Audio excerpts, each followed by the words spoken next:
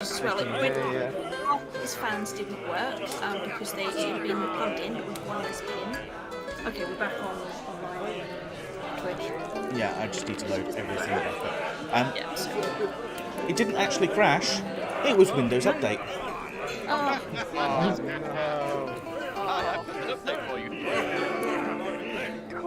I'm in the middle of something here. Yeah, I don't give a fuck.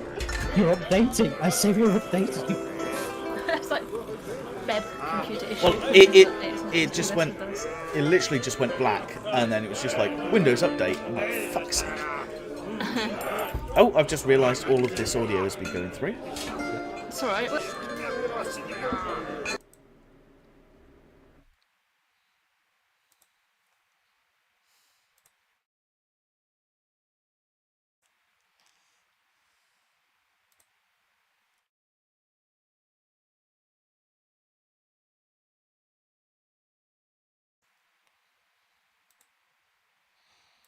Okay. What does that say for my camera?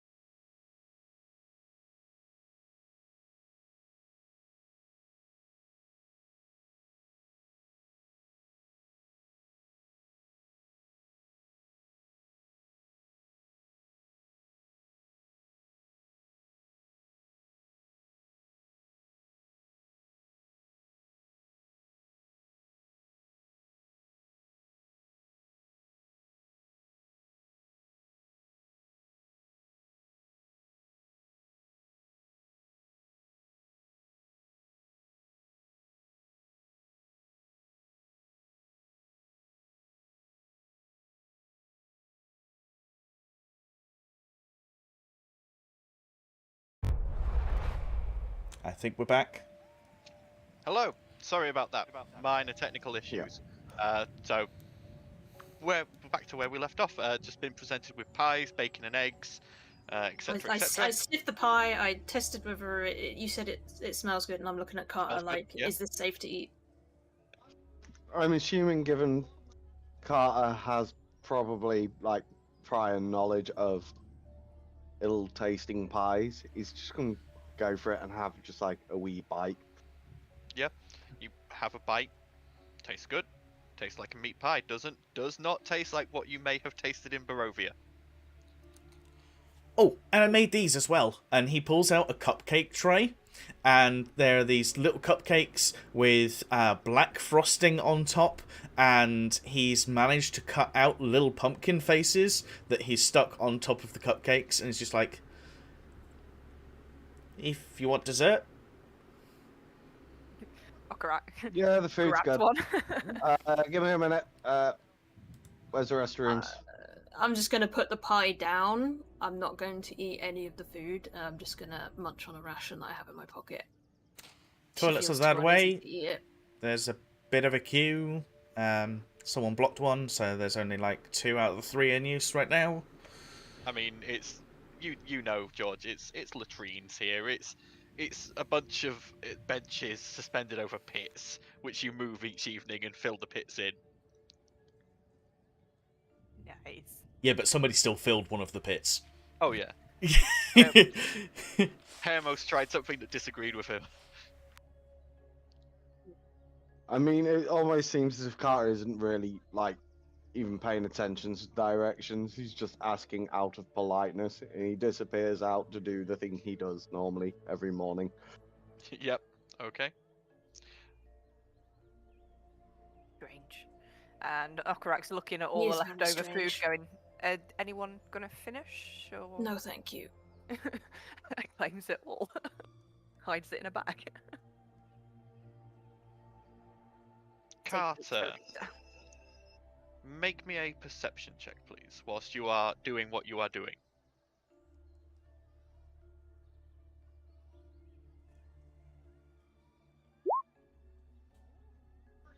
$18.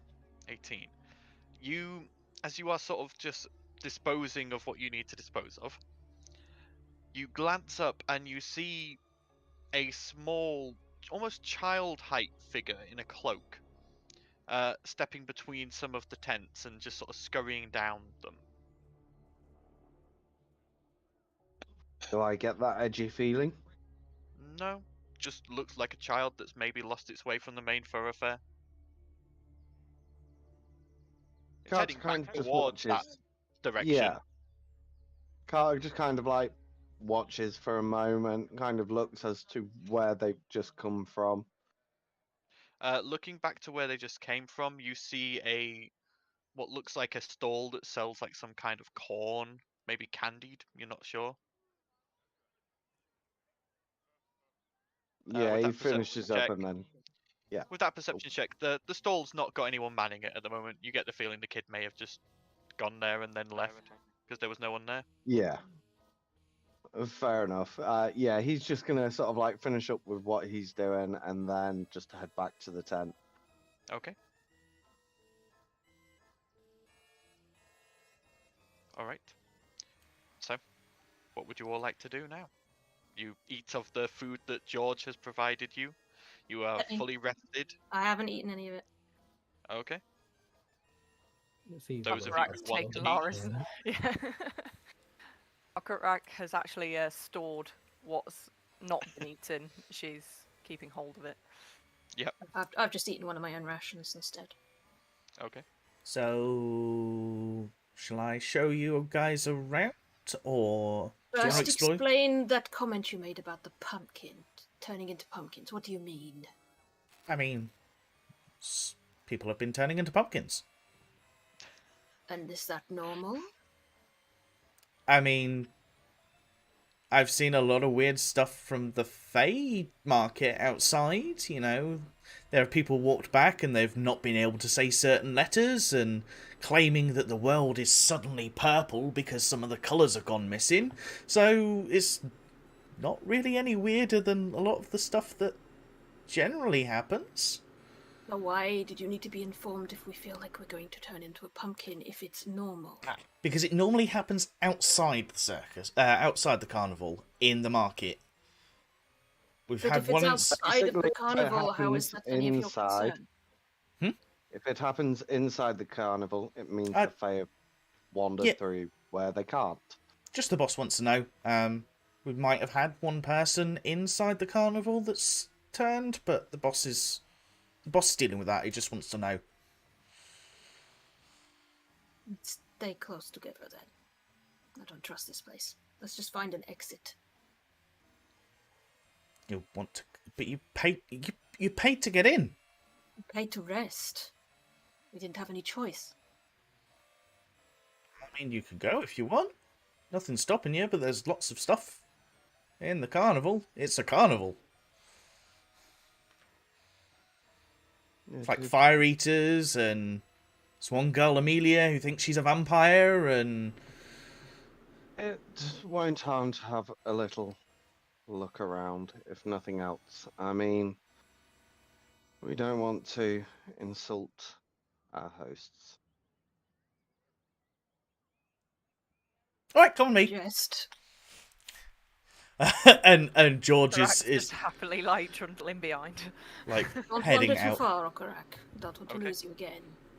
So George leads you all back to the main thoroughfare, and again, there are multiple stalls and attractions set up here. You can see that there is like games like Coconut Shy, Ring Toss, all with prizes to be won. A lot of the prizes look handmade, you would guess, but they're handmade to a good quality. You see things like stuffed bears and that sort of thing, although a couple of them have very Myst-esque like bits to them. Like there's a stuffed bear with vampire teeth, or there's a stuffed bear where the head's detachable, that sort of thing. Dolls of various different notable figures amongst the mists, things like that.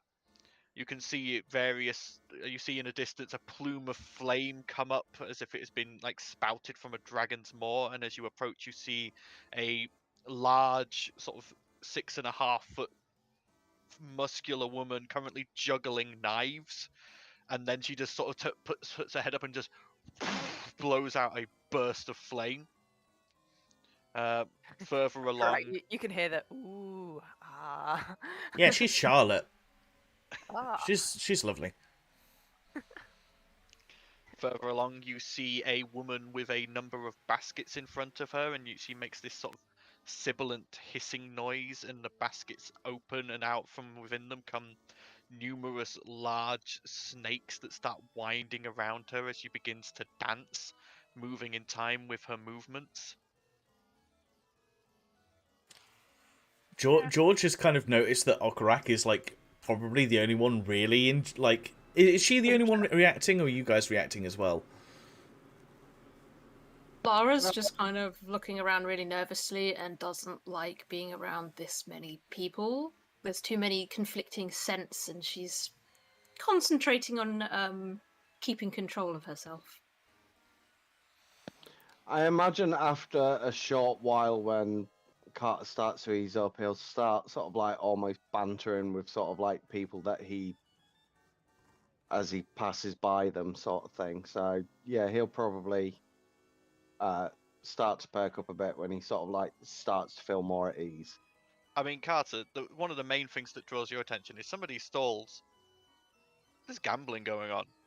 You can see games like Find the Lady with the cups and the card and the moving of the things around.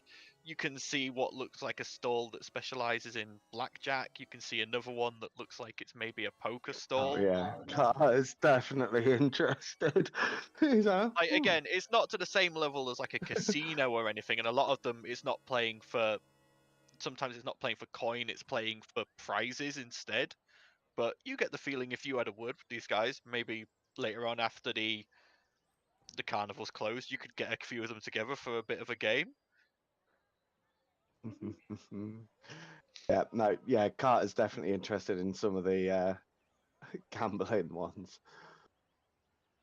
Thief will be looking around at what there is, but not particularly interested in anything. So George, in that case, is playing up to Okarak and is pointing out. So that's Celissa. She actually used to be a snake. Ooh. I was going to say the snake thing isn't that interesting. I can do that. Yeah, but she used to be a snake, and now she's an elf. You sure she's just not like Okarak and is pretending, and it's actually the other way around? Wait, what? With that, Okarak then she'll use a wild shape and turn into a snake. And then Lara will like pick her up and then she like slither around her arm, see? For a second, George just reacts and pulls out his frying pan, and then Lara realizes like takes a step forward and growls a bit at him. and puts it back. Don't scare me like that. The snake's head's just doing We this. can make a quick And Lara's barbecue just like here. petting Okarak's head. What was that, Carter? Yeah. I think we could make a couple of coin off of these two here. We're not here to gamble, Carter. Not gamble, but earn coin. Or steal. Why would it be stealing? You're putting on a display. What do you mean? Your friend literally turned into a snake. Not many people see that. Why not? It's not unusual. Not Did where you we see come his from. reaction? He lives here. Well, he's a weird little man, so... But also, if you wanted to do something like that, you'd need a proper stall with like permission from his old and Probably stuff. cost coin, too. You know. You would know, George. It costs nothing to join the carnival. Yeah. You're just expected to pull your weight. That is Isolde's main thing. When people she accepts people, any and all comers can join the carnival. But if you try and get a free ride, you get kicked out instantly. You have to pull your weight. You have to do a show. You have to help set up. You have to.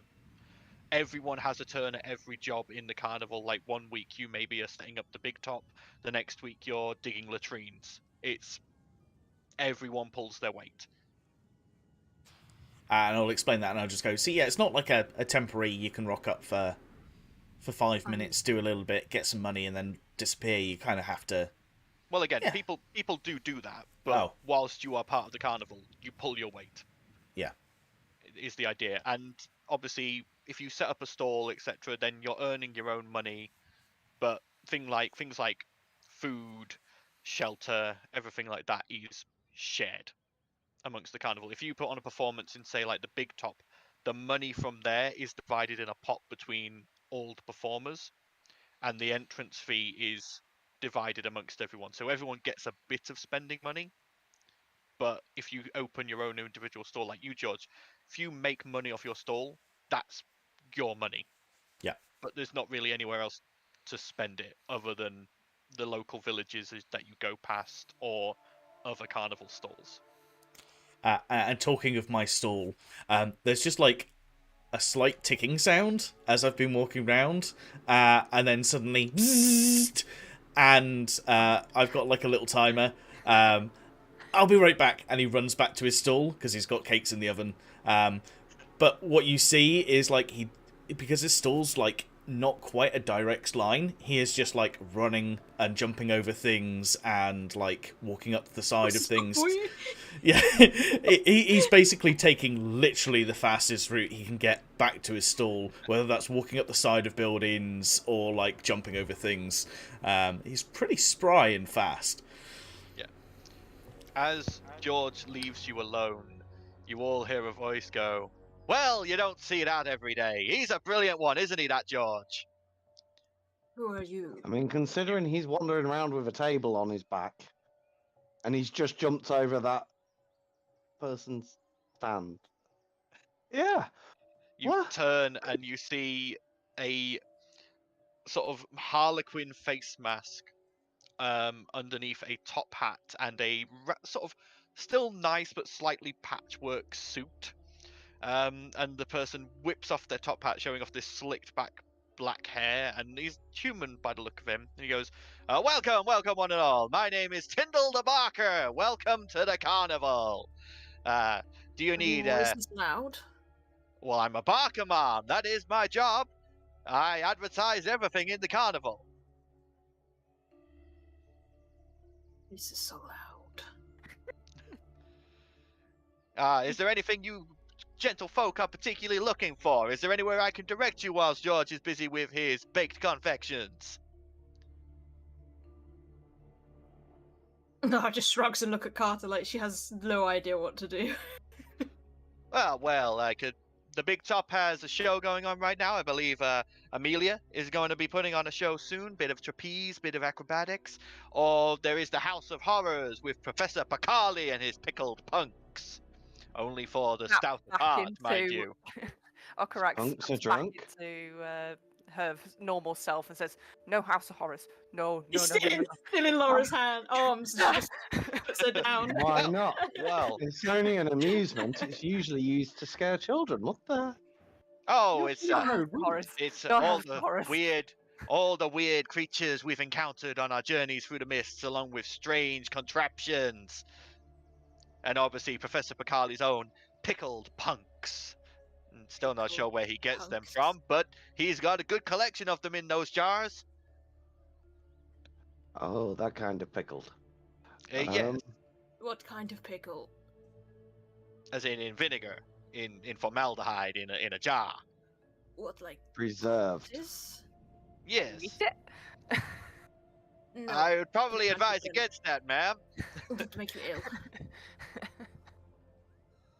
When I mentioned about the pies before, that's the kind of pies that you don't want. Oh, Same I've kind not of pickle. eaten anything yet. Well, if you want food, obviously George's No, I stall's don't. open.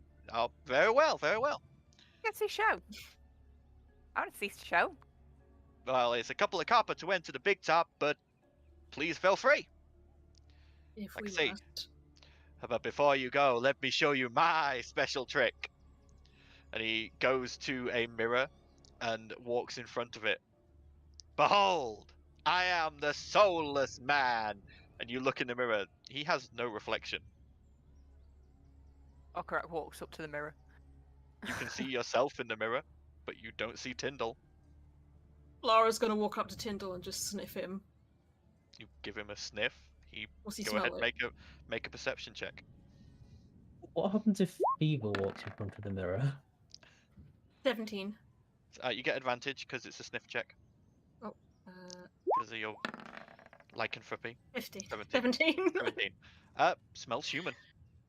Mm, Smells human, smells alive, smells perfectly normal. Fever, you walk in front of the mirror. You can see your form is there, but it's very blurred. Like, you can see, like, your general outline and the colors of yourself, but there's no definition to it. And the colors themselves look very dark and muted. And behind you, there is just this writhing darkness.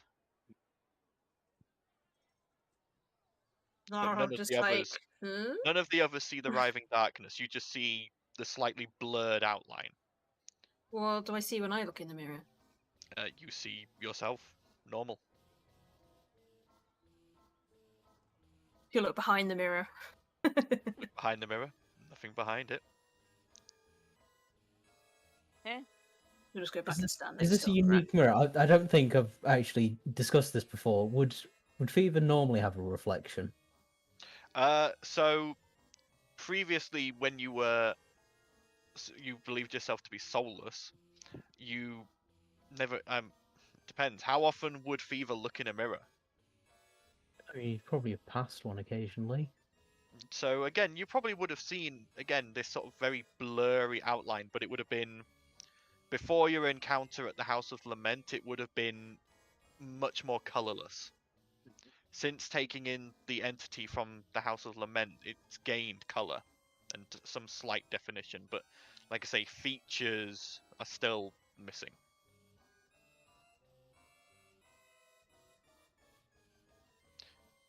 But Tyndall goes, please, go to the big top. Like I say, Amelia's about to start her show. At this point, George will have come back. He's taken a load of stuff out the oven, put it on the side. He's got somebody watching the stall for him, and just making sure that anybody that takes the food does put money into the pot. Yeah. You've got Boffo the clown currently watching your stall, which you're not particularly pleased about because Boffo's a bit clumsy, but he's the only one who was free. Yeah. No clowns.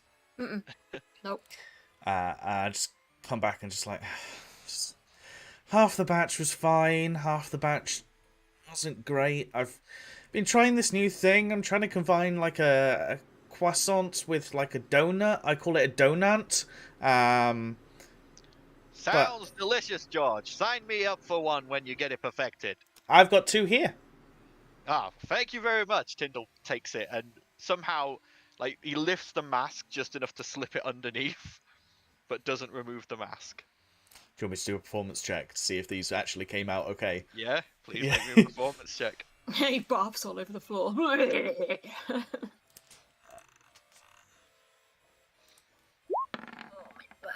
22.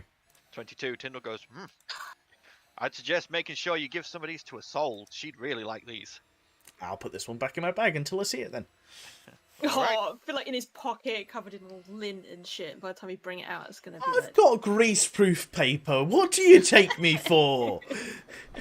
Anyway, George, your guests here were about to head to the big top. Go to see Amelia's show. Ah.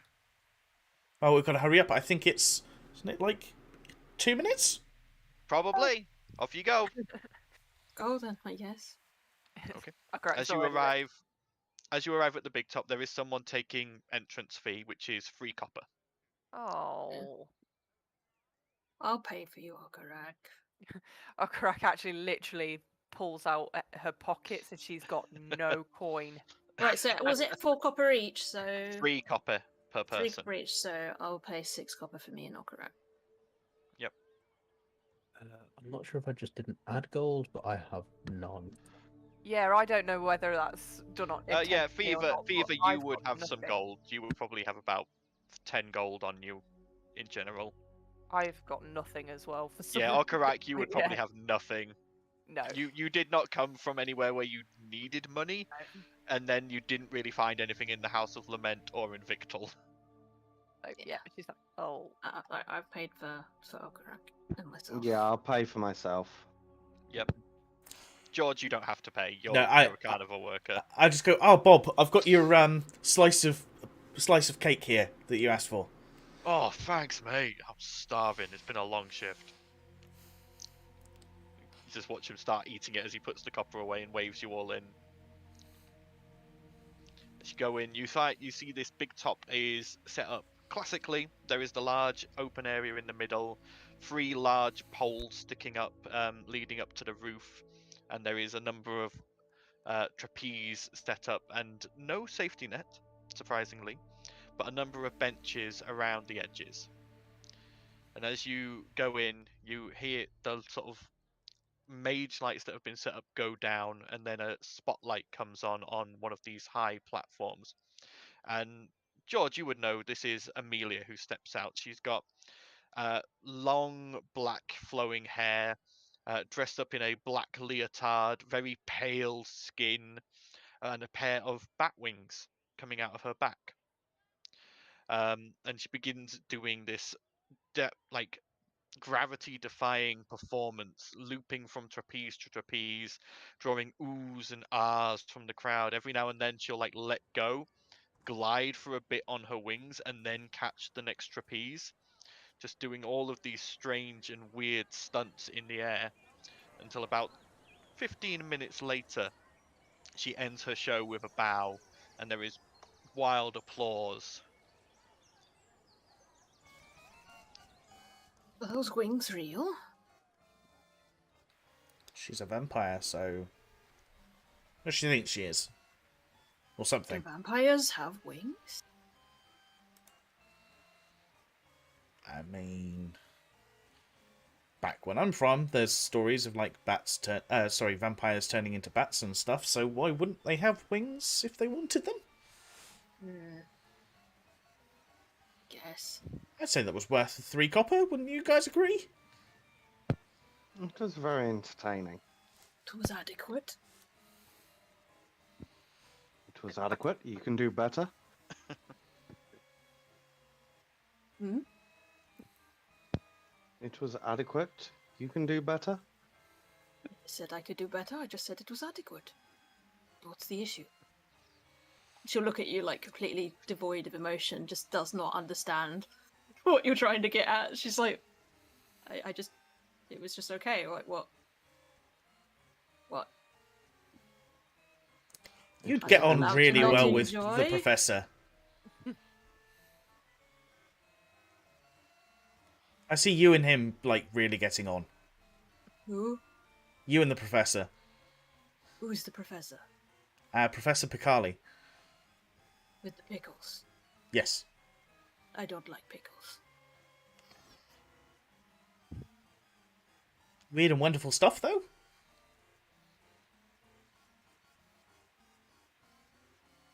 She just sat there silently, like, she's out of her comfort zone. She's just like, there's too many people. I George don't is like there it. just smiling and looking back and just like... I think by this point, I think Carter's starting to feel a lot more at ease. You know, the carnival spirit is just sort of like the whole patter of everything's just starting to make him feel more at home than he's probably felt in a long, long time. I mean, the initial sort of like Fey presence upon entering, like, from entering into like the initial area really threw him, but now that that presence is completely out of mind, the general patter and like that goings on of everything has just left him feeling almost right at home, and his jovial tilt's almost starting to step back in. Yeah.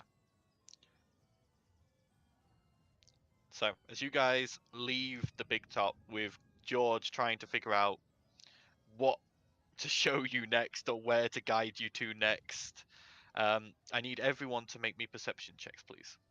Oh no. Wait, perception. Yeah, as always. 13. 12.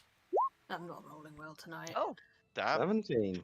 So, Carter and Okarak, the rest of you are too busy. George, you're too busy trying to, like, figure out what Lara wants to do. Fever, you're just sort of watching their interaction. Okarak, because your head is on such a swivel from everything happening here, and Yeah. Carter, you're just naturally much more aware of your surroundings, as mainly due to some of the profession you have taken up. You notice Tyndall the Barker move down a alleyway between a couple of stalls. And then Okarak, you've not seen this figure before, but Carter, you notice that same child-sized figure in a cloak follow behind him. And then there is just a flash of green light down that alleyway. Barack will kind of turn to the others and see if any of the others noticed anything. Anyone see the flash? Like of what? Yeah, I saw that kid before too. Does your friend that you gave the donut croissant thing to have a kid? I mean, George, you know there's no children workers in the carnival at the moment. Yeah, he's just going to sit there and just like... No, I don't remember him ever saying anything about kids. In fact, there's no kids around here Any except other for the visitors. people your size? Your I kind mean, of race, maybe? We've occasionally had people work that are halflings and different Can't sizes. comment Keep as her eye on everyone's little to Ali, me. by the way. Any currently? What, Okra, have you run off? No, Okarak's just watching that alleyway. Okay. Just like, None, Or like none kind that of lean over her shoulder and look down the alleyway. Does she see anything? As you look down the alleyway, there is no figure there anymore, but there is a jack-o'-lantern oh, with the face carved on it in the shape of a harlequin mask with a top. Was I think your there a friend. pumpkin there before? with that, Okarak actually goes down and actually picks up the pumpkin and looks at it. Laura's like You followed pick it her. up. You pick it up. It is that same beautifully carved to look as accurate as possible, with that same sourceless flame inside, just lighting up That's the inside of it. Second pumpkin we've come across that looks a little creepily realistic. But she actually looks at the face. Does it look like Barker? Yeah. The face looks exactly like Tyndall's Harlequin mask. That's not good. I think you know I think you need to go see your boss. Yeah. Did we Crap. come with you? Witnesses? Yeah. Brax, by the way, she's got the pumpkin under her arm. She's taking it with her. George is looking around for Hermos because he really doesn't want to go and chat to his old. Yeah. You see Hermos currently stood amongst the crowd, lifting a couple of children on like his arms and just laughing and smiling and it's entertaining the crowd. Oh, for God's sake! All right, What? but like, What's wrong? she's a businesswoman and she's got a lot of stress, and just don't say anything that might upset her. Like Just- what? I don't know. I don't know you people. We don't know you either. Yeah, right. Do I know where Isolde might be? You know where Isolde's tent is, yeah. Yeah. Everyone knows where Isolde's tent is. Yeah. So I kind of lead the way. And he's lost a lot of the spring in his step, and in fact, like, the rosiness of his cheeks have started to like go slightly paler color. Does he smell like fear? I mean, is George afraid of Isolde? Yeah. Then yeah, he smells a bit of fear. Why are you scared, little man? I think there is good reason to be. This one person is able to keep Faye from pretty much anywhere within her own carnival. I believe her. Are you scared because maybe she hasn't kept all of the Fae out? You know how some people have resting bitch face? Like She me? just has resting bitch.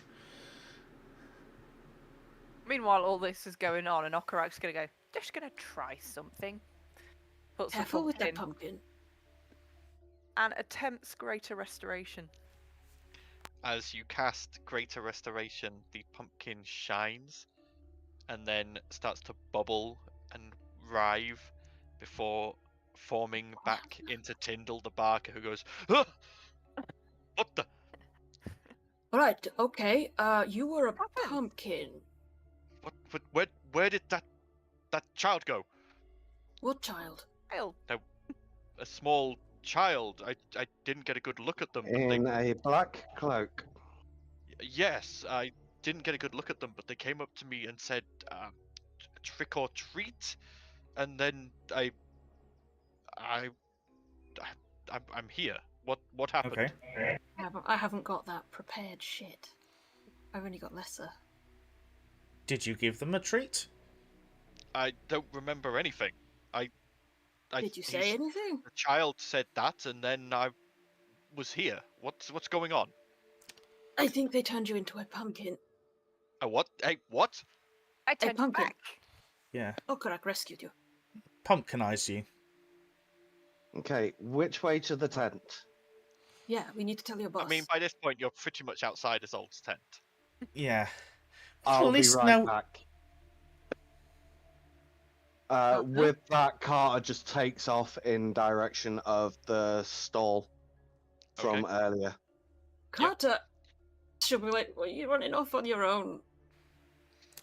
Well, Should we Tyndall, wait now for you're him here. here? You're the one who can explain this to Isolde. Yeah. What? Me? No. Yeah. No, Push. no, no. Why not? And I You just see push Tyndall him. fall into the tent, and you just hear a voice from within go, "Get up, Tyndall. What's going on? Hello, Isolde. And I'll go in as well. I'll follow up. Okay. I'll start with, I baked you this. As the rest of you sort of peek around George into the tent, except for Carter, you see lounging on a pillow, with a dark-skinned Eladrin woman with short, dreadlocked black hair, currently dressed in just like leather trousers and a white vest with a harness across it. But laid across her lap is this red glowing sword that just seems to pulse with light every now and then. And she looks up and goes, huh, no, George, yes. Oh, thank you. Oh, that is delicious. Oh, very nice. I get the feeling you're trying to lessen the blow here. Well, I'd baked that before any of this happened, so I was going to bring it to you anyway. What happened? You He watch turned as the into a grip, pumpkin. her hand grips the sword tighter. I mean, these are new people to the carnival, and I introduce everybody. Recognize, yes. Um, Nice to meet you all. I hope you're enjoying your stay. You Greetings. I had know great fun. the pumpkin thing with the market? We just found Tyndall as a pumpkin, and this And we one We just... found another pumpkin earlier. My associate's gone to get it. Well, no, you don't know about that one. Well, what? This. I'm assuming that he's gonna, because I'd said that that's the second pumpkin that we've seen that's especially carved. She's assuming that that's what Carter's gone to get. I don't know if that's what he's gone to get. And this lady Okarak, she managed to turn him back. But this is the first time we've seen, I think, the pumpkin thing happening inside the carnival. So I thought I should let you know. And I'm sorry.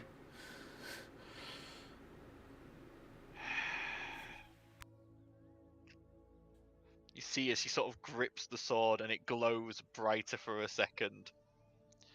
And she sort of releases the grip slightly and goes, right. This isn't the first this has happened. There was another member of the troupe who was affected as such, and she reaches behind her cushion and pulls out another pumpkin. Again with a very lifelike face on it. And it is a clown face on this one. And George, you would recognize this person. I didn't actually give you any background on this person because they weren't available straight away, but you know that this is the organ grinder. Okay. Who Laura's normally... taken a step back as soon as she saw the clown mask. She's now standing behind. Yeah, Okarak. very somber clown who normally just goes around with these like sort of trained animals and just has them dance to an organ and tries to get a bit of coin from people. And she goes, we found him a few days ago, like this. Fortunately, nothing else has happened since, and nothing has happened to a guest since. But now you're telling me that whatever caused this has returned to my carnival from the market. Like a child in a black cloak. Child?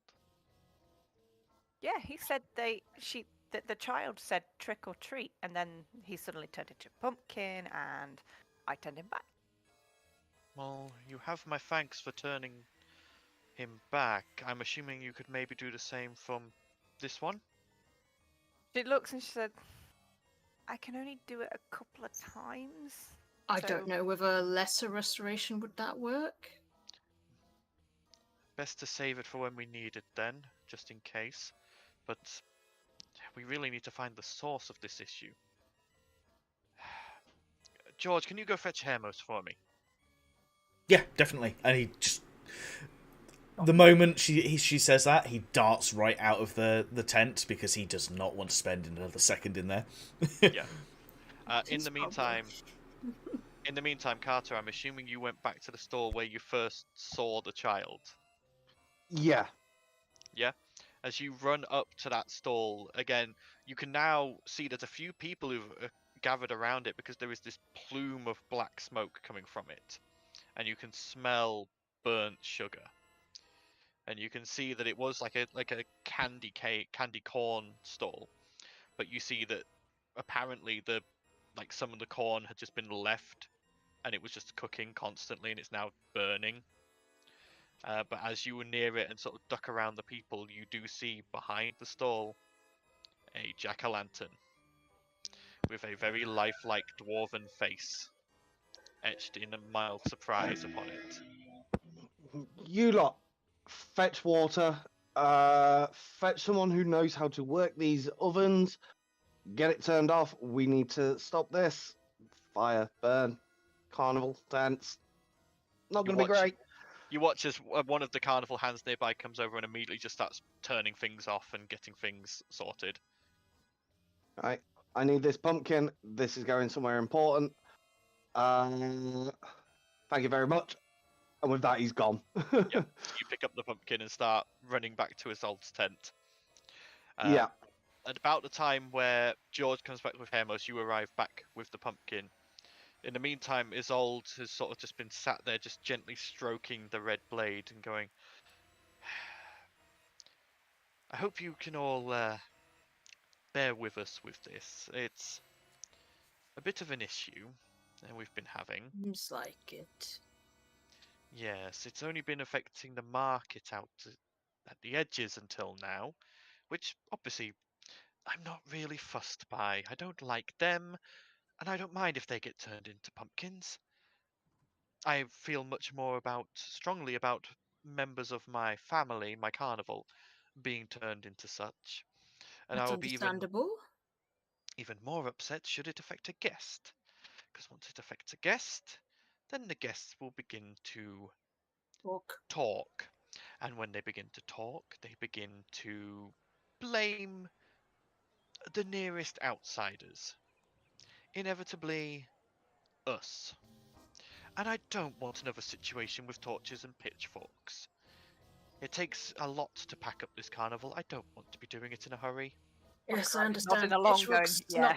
Yeah. Pitchforks are not fun. I know from experience. Yeah. Been chased out of Goblin Cave. I know. As I come back through the door with Imos, you just see George, and he's like nervously pulled like a stick of meat out of his pack, and he's just like eating the meat. Hermos obviously can't come into the tent. It's a bit small for him, but he sort of gets down on his hands and knees and sticks his head in. Yo, boss lady, what's going on? Hermos, have you heard anything more from those reprobates out at the Litwick market? Are they talking yet? No, they're not talking. They won't tell us anything about what's turning them into pumpkins. Why, what's going on? Tyndall here was turned into a pumpkin by a small hooded figure. Fortunately, the young half-orc lady here managed to restore him through a bit of handy spell work. Rax just kind of frowning at the half-orc thing, going, what? That's two people that said I'm a half-orc. What is going on? Don't worry, Excuse Laura, me, just- It's on the back, don't worry coming about it. through. Don't sit down. Remain on your knees. I'm coming. I'm in. I have another pumpkin. Thought That so. is... This is from this morning, though. There may be an issue. The sweet stall near where the tents are was on fire. I I'm saw the going kid to this morning. I didn't pay it no mind. Again, it wasn't this morning. It was probably about an hour and a half ago. Yeah, Oh, hour and a half ago. I see. this seems to So- be escalating. This creature or being is somewhere still in my carnival. Need help? Very much. I cannot just kick the guests out. I don't want to cause a panic. If you could all look into this for me. Hermos, please put everyone on watch for this being. But if the rest of you could do me this service, I would be able to grant you a boon of some kind. I can't offer payment as such. Obviously, what the carnival makes we need to keep ourselves running. But due to the nature of the carnival, I could at least organize to... Take us home? I We're don't know kind where of home lost. is. Where would your home be? Which domain? What's it? What's our domain? Like, that's not the mists. Where are we from? I've Ferren. forgotten. Ferren. Ferren. Material I don't know. No, we can't take you there. The carnival can only go amongst the mists between the different domains. But if you have somewhere, a destination in mind, you're welcome to join us, and I'll guide the carnival there. Or you're welcome to just stick with us until you find somewhere to get off. That's But agreeable. first, we need to deal with the problem. George, I'm putting you in charge of this. What? Well, Hermos is going to be Him? busy, so I'm going to put you in charge of it. You're their guide, you're responsible for them. I hope you're not going to disappoint me, George. No, ma'am. No, ma'am. I won't disappoint you. Yeah. Come up with a plan. Sort this out. Good. In the Laura's just meantime, looking between George and her, and she's just like, what's he so afraid of her for? She seems nice. the sword on her lap pulses again. Now it seems to be in George. You can feel your heart hammering. That pulse looks like it's in time with your heartbeats, which is just slightly worrying from what you know that sword has done. Yeah. The sooner we find this kid, the sooner people stop turning into pumpkins. Let's go. Let's move. Let's move. Let's move. One fine child. Gotta Do you stop want him. us to kill it? Like, what are we supposed to do if we find it? Do whatever you feel is necessary, as long as it stops doing what it's doing.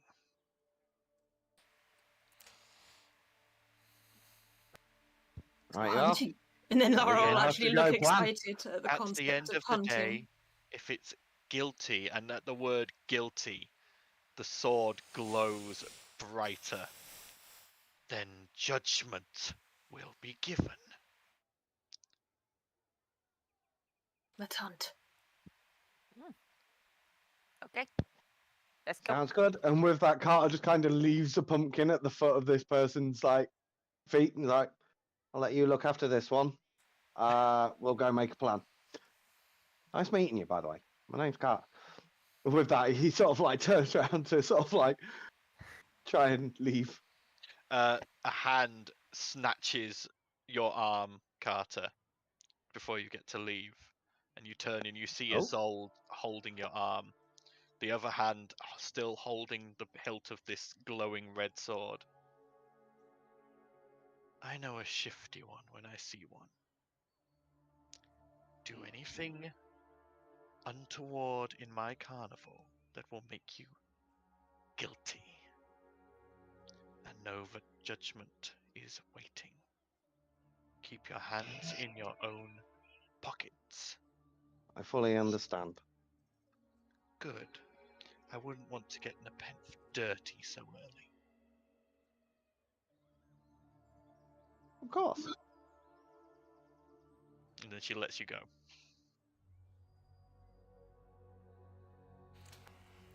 As soon as we get outside, George is gonna take the frying pan off of his back, and he's gonna take. He's got what looks like a handle of like a long pizza stone, and he's gonna connect the two, click them in place, and stick it over his shoulder, just like right. I guess we need to go and chat to people to try and find where this kid is. We hunt. I have an idea. All right. In these kind of areas, it's not good to go and find people. The easiest way is to let them find you. What do you suggest? You offer yourself as bait? Almost. You. You say you have a stall, yes? Yeah. You saw my stall. Well, my kitchen, really. Well, so you kind of ran off in the direction towards the stall we assumed you had. Like, I wonder if that's Yeah, you why did an it's- amazing jump over that guy over there's. You saw my stall, stall on the first day you got there, because I came over from my stall. Oh yeah, you did. I didn't. Oh, paying attention. May we use that for a bit of legal misdirection?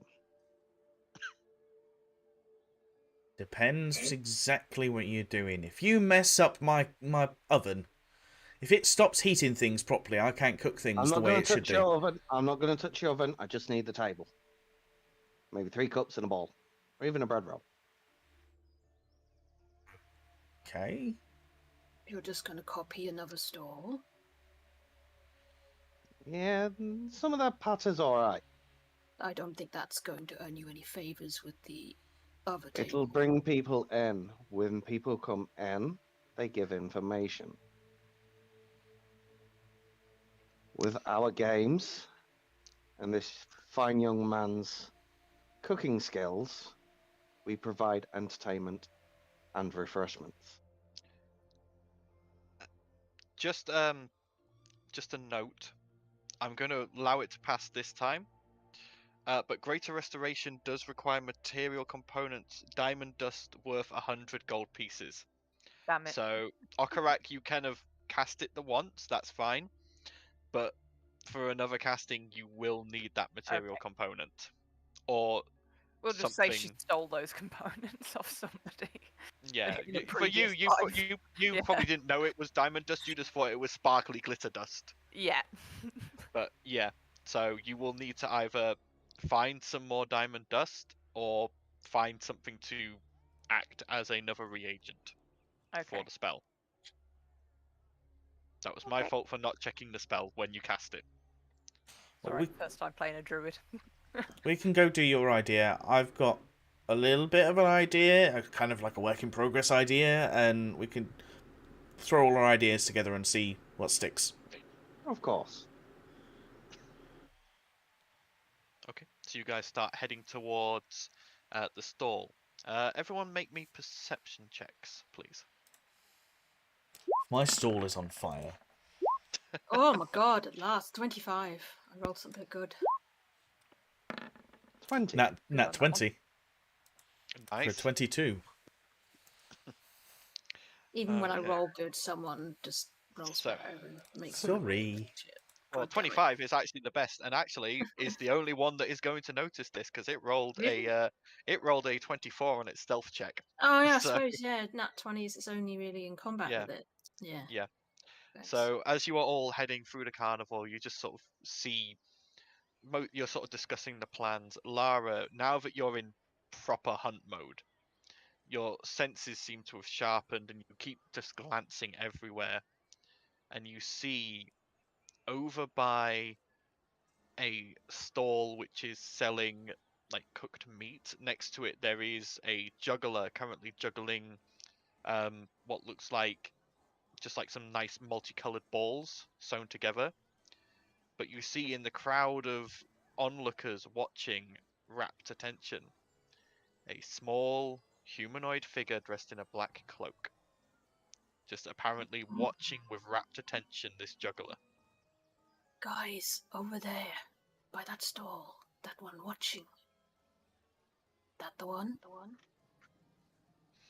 Carter turns to have a look. Does the cloaking look correct? Cloak looks exactly like you remember.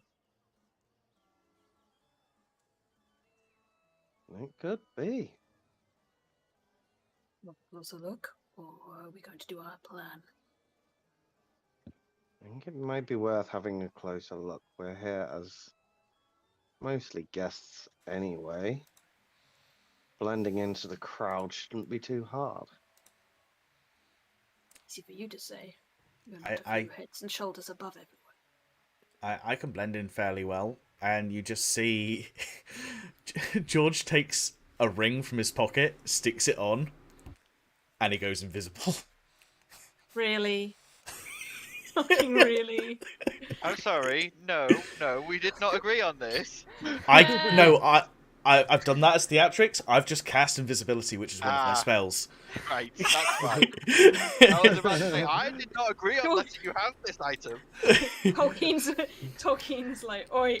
So I've Shit. cast Alright. invisibility, but the actual ring that I've put on is my ring of evasion. I'm Yep. not using any of the charges, but that's what I've done. I've put the ring of Yep. evasion on, and I've cast invisibility, and Okay. heading over to Yep. take a bit of a closer look. Okay. So you head over. Roll me a dexterity check to see how well you can weave through this crowd. Because again, there is a crowd of people surrounding this juggler watching it, and this cloaked figure is one of them. Be dexterity or athletics? Dexterity, because you're not trying to like push your way through. You're trying to nimbly dodge around people and move through gaps. But it's not quite so dexterous it requires an acrobatics check. This is just like plain dexterity. I do get advantage. Not that that helps Same roll. much. But it wasn't a high DC. These people aren't. It's not like a press of people, so it's pretty easy to weave in amongst them. Mhm. It was just checking if anyone bumped you and broke the invisibility, basically. But you managed to get around in front of this. Well, where exactly are you going? Are you trying to just get up to this creature? Are you trying to get in front of it? So I'm just trying to get close enough so I can identify potentially any a race or any items it might have on it, if it's like overly obvious. Just a basic idea of what the creature is, so that I can go back to the group and just go, it's this. Okay. So, roll me an investigation check with disadvantage. Okay. While that's going on, can I spend a spell slot to activate my primeval awareness? So you activate primeval awareness. I'm assuming you're looking for Fae. You can expend one ranger spell slot 1 minute per level of spell slot to sense whether any aberrations, celestials, dragons, elementals, fays, fiends, or undead are present within 1 mile. Okay. So Yeah. there is a large amount of Fae in the Litwick market. You immediately Yeah. get that. However, in your immediate vicinity and in the range of this small hooded figure, nothing. Can I do Eyes of the Grave to see Yeah. if there's any undead nearby? You bring up Eyes of the Grave and you glance around. No undead. So with a 7, See very little. you see it's a, like I say, it's a small humanoid-shaped figure wearing a cloak. You can see it's wearing white gloves, and it does appear to be clutching what looks like just a black stick, but you do catch the gleam of metal folded into it. You get the feeling this is maybe a scythe, but it's disguised well enough to look just like a stick. Okay. The only other thing you would maybe notice as you sort of move around in front of it is you don't get a look at a face, but within the cloak there is just these glowing green dots of light flickering like flames. I'm gonna weave my way back to the group. Yeah. Well, it's probably more like I'm going to be jumping underneath people's legs and scooting around that way, because I am not very tall. And I'm going to relay that information.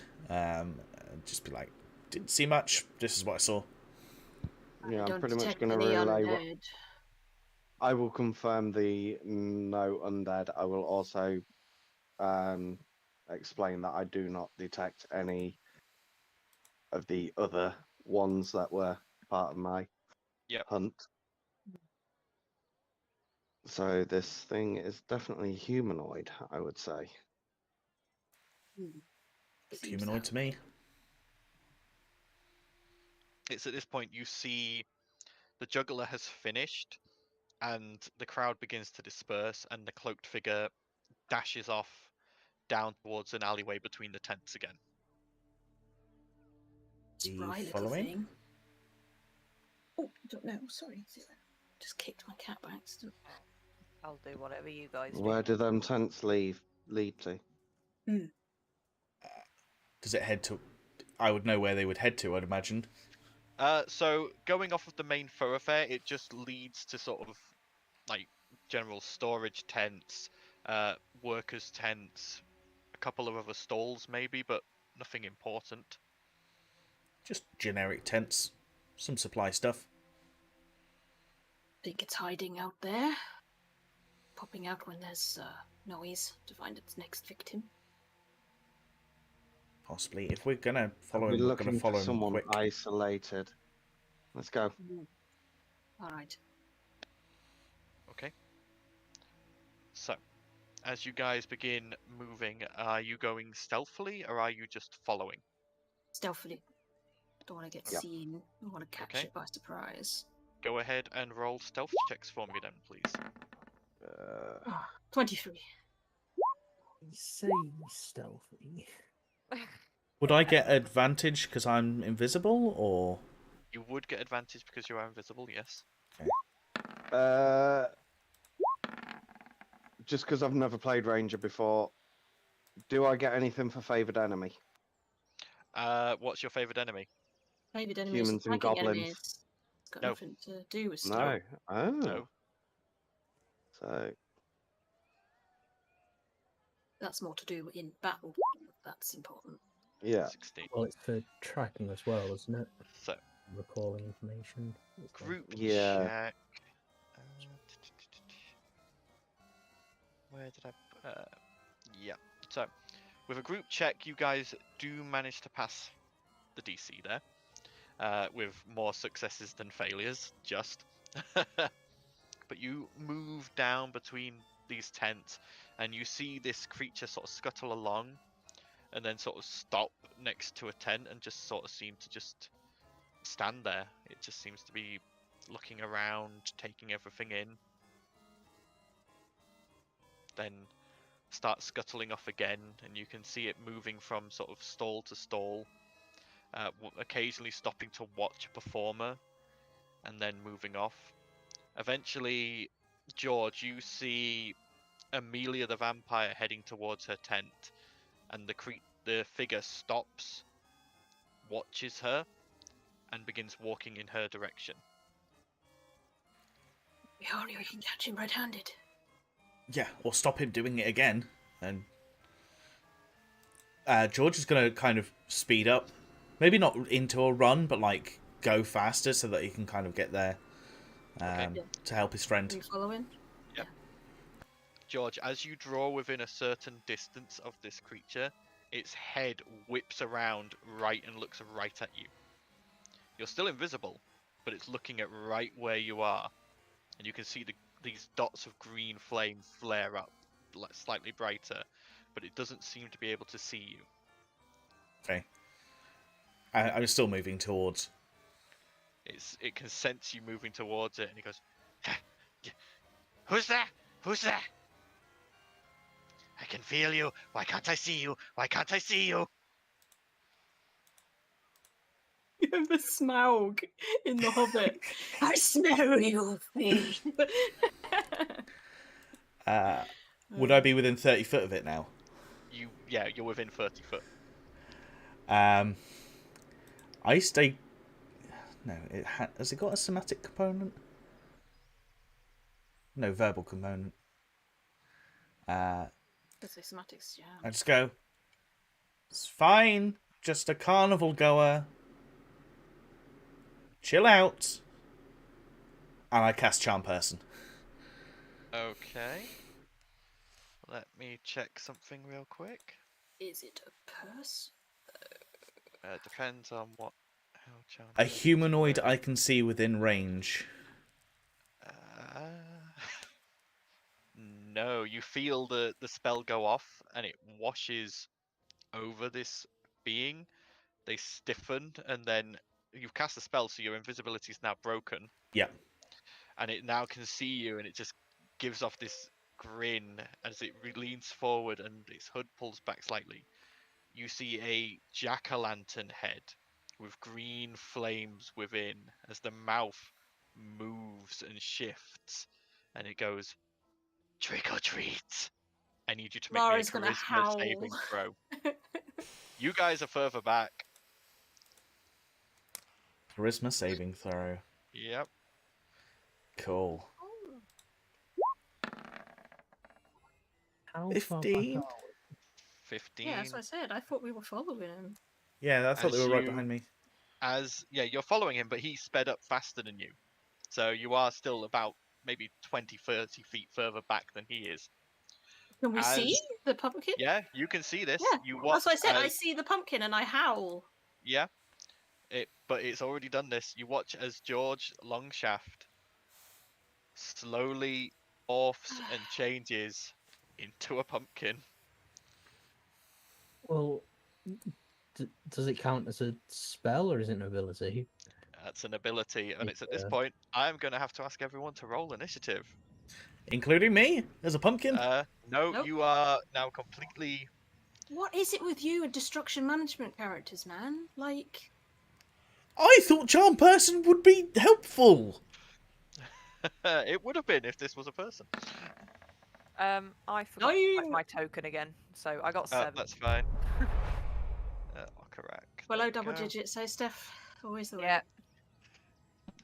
Same. I only have like a +1 to initiative, so I'm not surprised I rolled so low. Right. Ooh, Zoom in a bit more. come back around. I'll get them out in a second. Hang on. Yeah. Nah. Initiative. Why is it showing my name again? Oh. There we go, got rid of it. Oi! I put that on there. Need to be Lara. No one else has got a name above their head. Yes, they do. Not on my They all- screen, they're not. Yeah, you can't see them. They Yeah. can see them though. I've set that up. Thank you. Ah, Right. Where's me boggle tokens? there you go.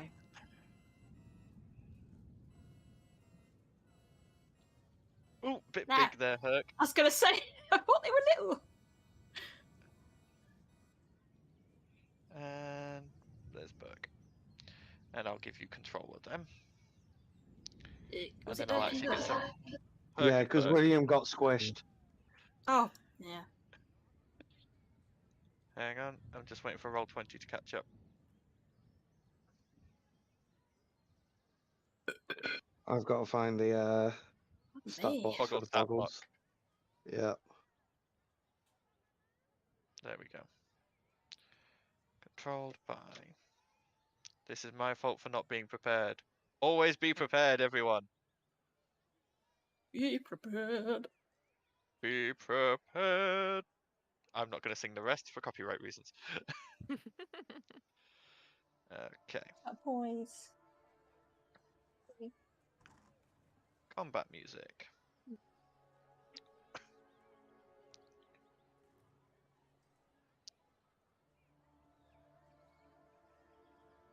I take it in between him turning and starting to mutter, I wouldn't have had any opportunity to do anything at all before I turned into a pumpkin. It was the minute he met your eyes and you failed the save. Okay. So, top of the round, we have this creature who, seeing the rest of you there now, having not noticed you before because of the successful stealth check, its eyes widen and it goes, ah! And it starts running. It's going to go 5, 10, 15, 20, 40. It's going to run over that way. So, next up in the initiative is Fever. Oh. How far away is that? Too far. Interesting. I mean, you can still move. Yeah, that's including movement. What, you can only move one square? No, the thing I was thinking of is only 30-foot range. Oh, right, so could you not... Oh, right, yeah, so from... Yeah, I see what you mean. Although I can still do that one, which might help.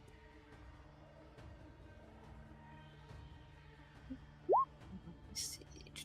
Ray of Frost, okay. 21 does hit, so you lash out with the Ray of Frost, which does hits into this creature and splashes across the cloak, and you hear it cry out, and it goes ah, ah! And that also slows its movement speed, yes? Yes, reduces it by 10 feet. 10 feet, okay. That the end of Fever's turn? Yes. Maybe. Okay. Hands up.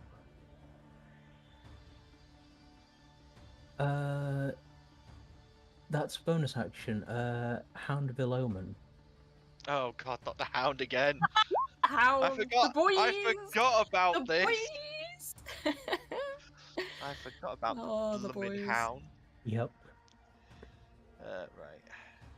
Hound, And that's just which within. uses what's that block again?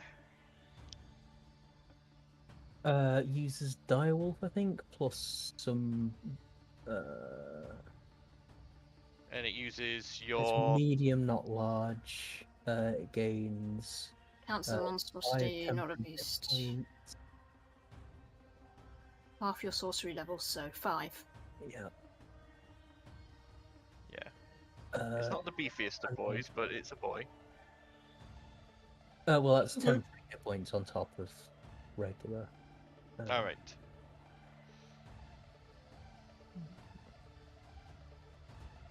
I'm sure. And it automatically knows the location of its target. Yep.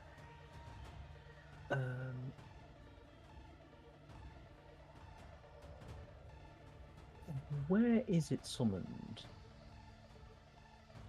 Does it? It doesn't Based say within in there. 30 feet. Yeah. Yeah, within 30 feet. Oh, your choice. So you could Yeah. spawn it 30 feet from you if you wanted. Yeah, I think that's. Oh, that's fine. Still too far. I thought that was closer, actually. I'd say that's 40 foot. Well, Yeah. that's still fine. 30 foot's there. Hmm. It's because it targets within 120 feet, so I can have it target the whatever this thing is, but it spawns 30 feet ahead of me. 30 feet ahead of you. Yeah. So about there. Yeah. There. That'll do. Yeah. Either one. Okay. Right. End of your turn, and I need to roll initiative for the blooming wolf. Yes. Why do I let you guys play things that can summon things?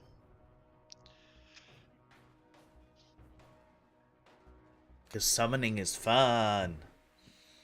Right. There we go. You get a summon. You get a summon. You all get summons. This should be a balanced combat. Let's add another 3 units for no reason at all. Yep. Okay, it's completely unbalanced now. Why are there druids in this game? Uh-oh. There it goes. There it goes. There we go. Yeah. Right on time. Should we call that Just time just to do? start Be right break. back. I'd say let's Yeah. do a break, so I can Do a keep be the right and back. stuff. Yeah. Yeah. Yeah. Yeah. Right, we'll Wait be till back. the DM's back. Be right Be back, right back. guys.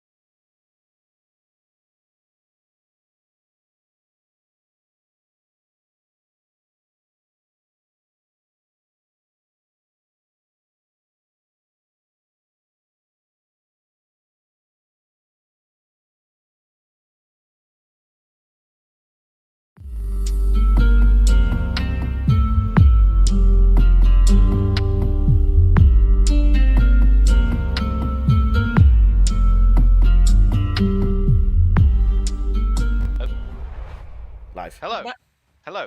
Welcome back.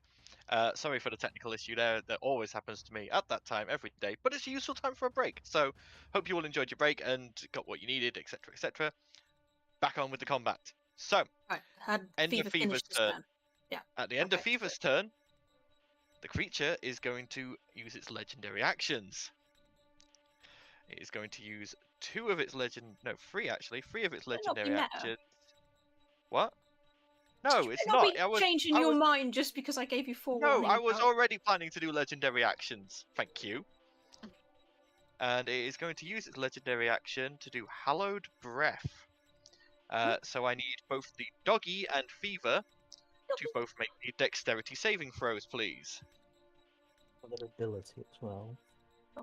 Yeah, this is ability, not a spell. Dex save. Dog fails. Yep. Fever fails. So Whoa.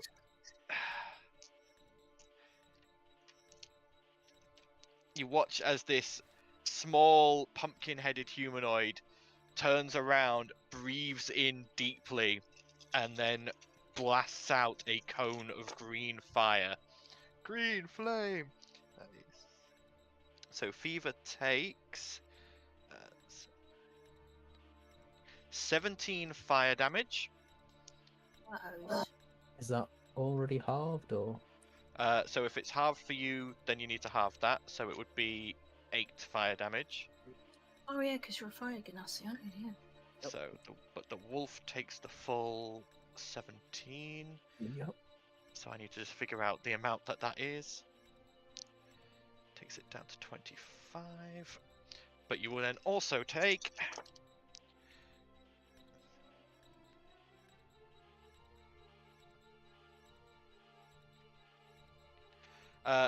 21 necrotic damage as well, Sure. as this Oh, green the apples. sickly flame flows over you both and just both burns and robs away a little bit of your vitality. We fucked up. Your poor wolf is now looking very hurt. Yeah. Okay, that's the end of its legendary action. Lara, your turn. Okay, I'm gonna move forward 30 foot. So over there. Oh, hang on. How do I do this again? That. And then I'm gonna summon a spiritual weapon at 2nd level. There. Yep. Behind him. Behind him. Okay. Yeah. Alright, so you've summoned it, which means you then also get to make an attack with it. Ah, fucking seriously. I fucking hate That bugs. That does unfortunately miss as the Iron Maiden opens and ponderously moves forward to try and That catch actually- this yeah. creature. It just sort of ducks and weaves around it. Okay, end of Lara's turn. Carter's turn. I'm going to Hunter's Mark, Yep. and then sod it. I'm going straight in with the bow. Okay. Longbow. I was Where's say you got Hunter's? longbow, you got the range. I have Where's my Hunter's 150 by Mark? 600.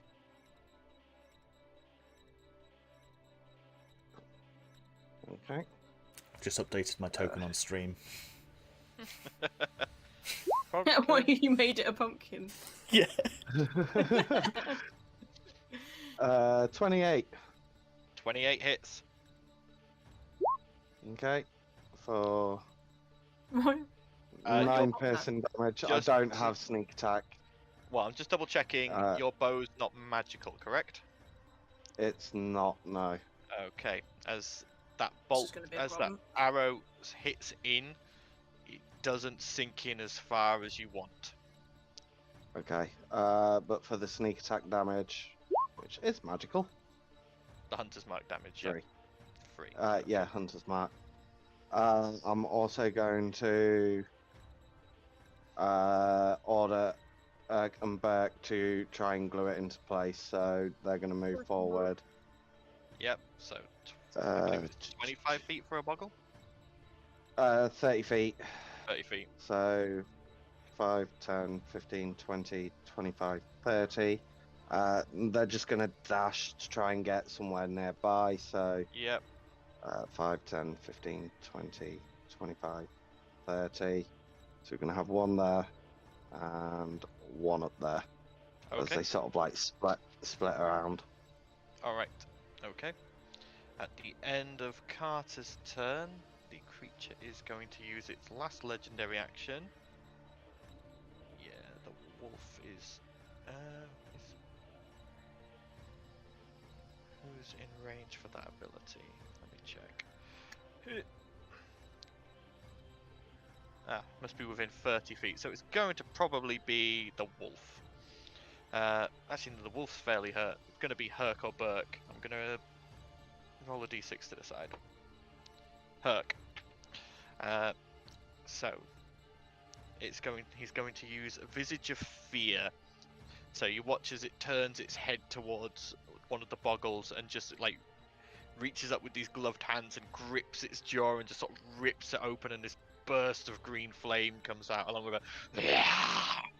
I need Herc. Actually, all creatures within 30 feet. So Herc, Burke, and the wolf all need to make me wisdom saving throws, please. You've got stats for that, Yep, right? I will make this wisdom save for the wolf. Fails. Fails. Passes. So, the wolf and one of those are now frightened. So, obviously, you know, the usual thing. Which one do you want? The upper one or the lower boggle to be frightened? I think Urk was the upper one, so Urk is the one that failed. Okay, so they are both now frightened. So cannot move closer. Okarak, it's now your turn. I am going to hop over next to Lara, Mhm. Hello. and I am going to cast Earth Ripple, Oh. Okay. which is Kibbles, I believe. Yep. You Oh, cause one of the Earth- new stuff? Yeah, you cause What's the it do? Earth to deform and ripple. A target creature must make a dexterity saving throw or suffer one of the following effects, your choice. Okay, what's the spell save? What's your spell save DC? Good question. Let me have a look. It should say, if you go to your Yeah, spells, it'll spells. tell you what your save DC is, save just at DC the is top there. 13. What's that? 13. 13. Okay. Yeah, passes. Passes with an 18. Doesn't do anything then. Doesn't do anything, but you all watch as Okarak runs up, slams her hand into the ground, and this ripple of earth flows out towards this creature. But it sort of nimbly jumps up, dodging it. As it does jump up, though, the cloak does flare out, and you see underneath the cloak there is just these entwined vines and roots forming into a body, and legs and arms. This is a plant creature. Interesting. Plant man! Okay, Okarak, anything else, or is that your turn? I don't think I actually have a lot in the way of bonus actions. In fact, I do, but they're not very useful at the moment. Fair enough. Okay. End of Okarak's turn. The wolf's turn. The wolf cannot go any closer because it is frightened. It stands there and growls. Stands there and growls, but at the end of its turn, the frightened condition does end. So, Arg. but it is now back to the creature's turn. The creature is going to. I mean, it just wants to. Oh, first off, I need to see whether it gets that ability back. No. Creature's just trying to get away, really, at the moment. But it recognizes that some stuff is going to be a problem. But it is going to move its 30 feet. So 5, 10, Well, 15. 20 feet. No, 30 feet. Is it immune slow? 25. No, its normal movement speed's 40. This is a quick little bugger. Right. So Quick it little gets bastard. to there, and then it's going to turn around. It's not going to dash this turn, but it is going to use its how much range has it got on that? 120. Who is in range? Everyone. Okay. Oh, except maybe Carter. Is Carter far enough back? No. Carter is within range. It is going to use 3 hurl flame attacks. The first one is going to be against the direwolf, as it is recognised that that is an issue. So that is a 22 to hit. I'm pretty sure that hits. 12 AC, I believe. Yeah. The wolf's gone. The wolf just melts, giving that a pitiful howl as this blast of green flame hits it, and it just melts back into the shadows. So Rawr. I'm not going to delete the token because I know the wolf is going to be coming back. I'm just going to move it out the way. Okay. Next up, the next one it considers a threat is probably at this point going to be Fever. You're the only one who's actually hurt it so far, so a hurl flame's going to be sent at you. That is a 19 to hit. Yep, it hits. So you take. So that is 15 fire damage, halved to 7. And it sort of notices that the flames aren't really doing much to you. So it is then going to use its last hurl flame against Lara. 17 to hit. Yes, it hits Stone's Endurance. Okay. So that is 19 fire damage, which you reduce by By 12. 15. 15, because You only take 4 fire damage. Nice. Okay. And that is the end of the creature's turn. It doesn't have anything else. So, yep. Fever, your turn. Yeah, it's not great.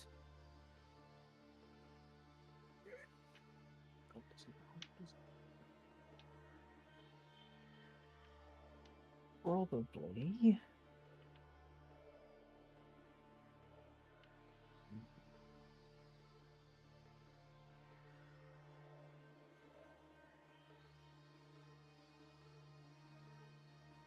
Probably cast faster. Okay. Up to 60 feet. So, Yeah.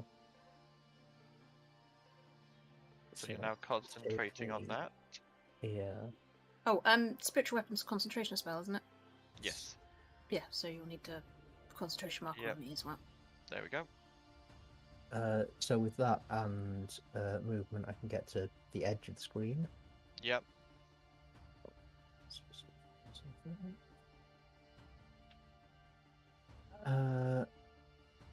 And I can only cast a cantrip from that. Yes. What So it's probably going to Yeah, I be didn't dead. roll to hit with spiritual weapon. I just rolled damage. Yeah, you did. You rolled a nat 1. Oh, no, what? No, that's the damage, isn't it? No, Oh, no, the spiritual damage is at the weapon. bottom. No, the damage Yeah, is at the they- bottom. It's You right. rolled It's 8 the for sheet. both, but one Yeah. was a nat 1. I thought I'd pressed the wrong button. I was like, I don't remember pressing the damage. I remember pressing the damage, not hit. Ray of Frost 10 does not hit, unfortunately. Uh, This time it yeah. just lances out and it just sort of nimbly ducks. At this point, its hood has fallen off and it turns and just like snarls at you. I think I do want to try and make that hit, so I'll use Seeking Spell Okay, to retry that. reroll the d20 then. What is this? Nope, that's better. Right.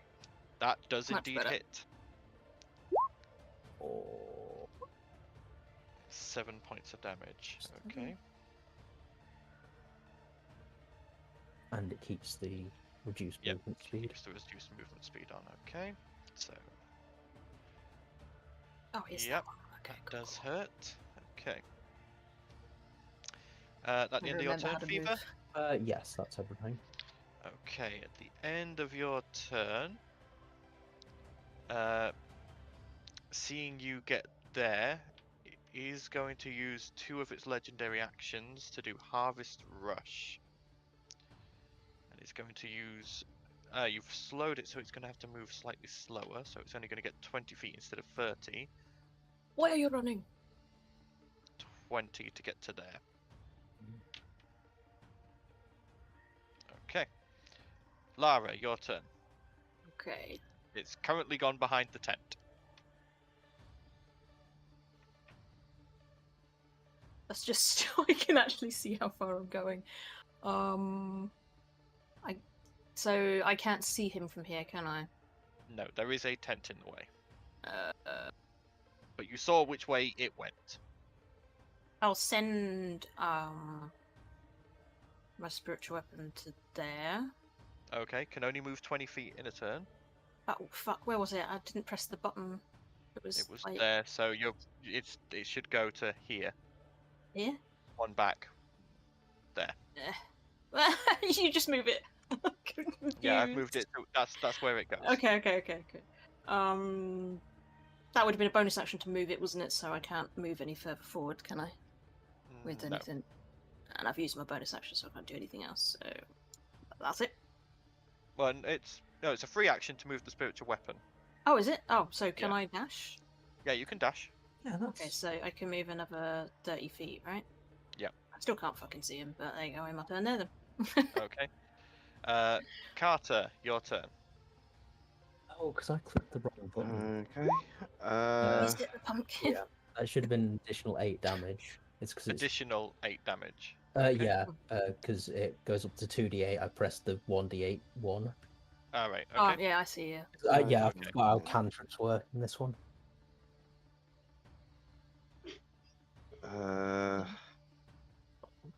Just trying to.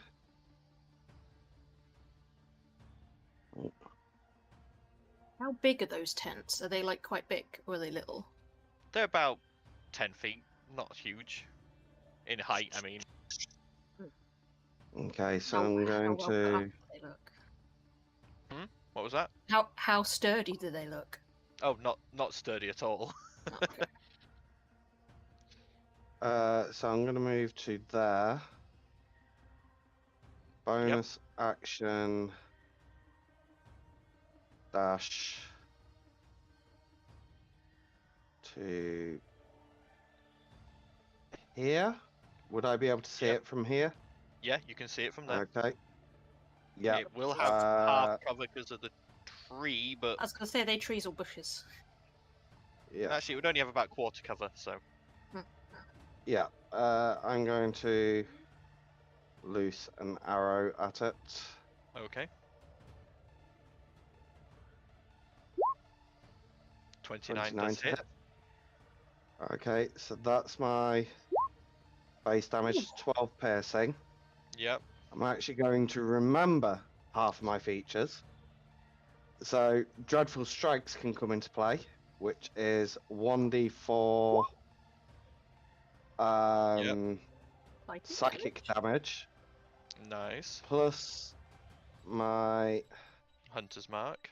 Hunter's Mark, which is another 2. Okay.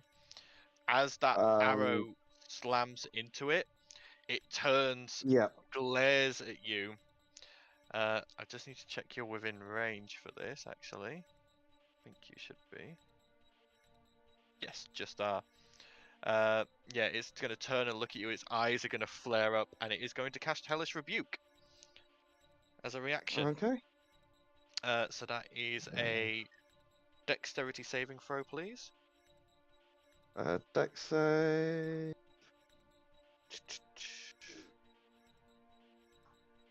Do I have evasion yet? 24. 24. Yep, you save, so you only take half damage. Okay, I'm going to use my reaction to Uncanny dodge. half that uncanny Yeah. dodge. Yeah. Okay. So is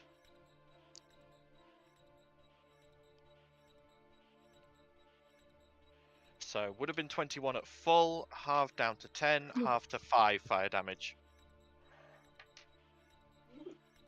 Okay. As this And green then- flame just shoots back out to you from where the arrow hit, and just like you just duck out the way and Yeah. dodge out to the side as it burns past you. Strangely enough, though, you Okay. notice that, Carter, because you're stood next to a tree, you would notice this. This Yeah. green flame hurts you.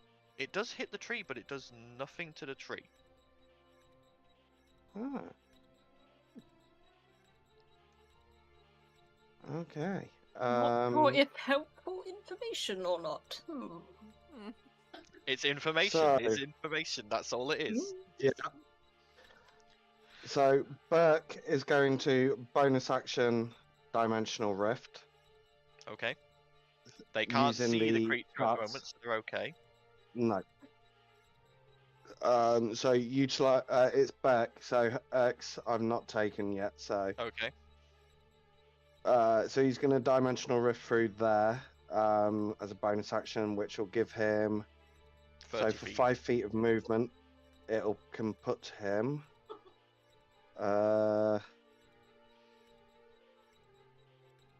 Straight away there. Yep. And then 5, 10, 15, 20, which will put him there as his body becomes somewhat sticky. Yep. He can now oil puddle the creature, aiming to stick it into place. Okay. What's the save for that? Actions: the boggle creates a puddle of oil that is either slippery or sticky. The puddle is 1 inch deep and covers the ground in the boggle's space. So he would be. Is there a save DC? There is not. The puddle is difficult terrain for all creatures except boggles and lasts for an hour. So he would potentially come to. Not there, in front of it. So it's trying to block off the path, Okay. There we go. utilizing it around. So, yeah. Not being able to see it will probably do much the same until it gets to here. Yep. Sees it. And it's going to create a sticky patch right there. Why not? Okay. So another puddle right there. Splurge everywhere. Yeah.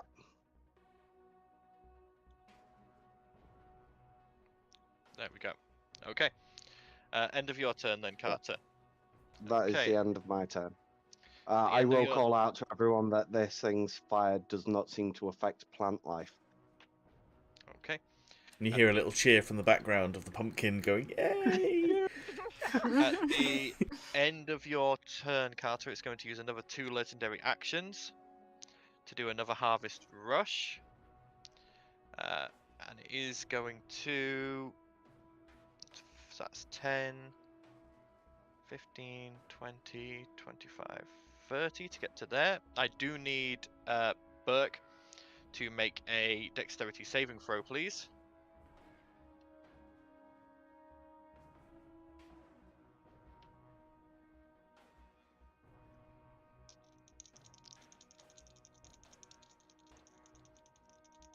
What have we got?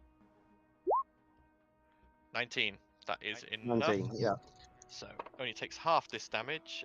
So only takes 2 slashing damage. I rolled really poorly there. As this creature just Okay. taps its staff on the floor, and a scythe blade flicks out, and it just charges along, swinging the scythe wildly, slashing Burke on the way past. Burke also does not get an opportunity attack from that. There is no opportunity attacks when he No. uses that ability. Okay. So, Okarak, your turn. Important information, I know. What trees are these? The trees here are oak trees. Oh, good. I am going to. So, hop over here so I'm next to the tree. Yeah. Up. Can I, as a bonus action, take some of the bark off the tree? Because whole Yes, I components. would allow that. Yes. And as I'm taking the bark off the tree, I'm going to tree stride Yep. and land myself. Ooh.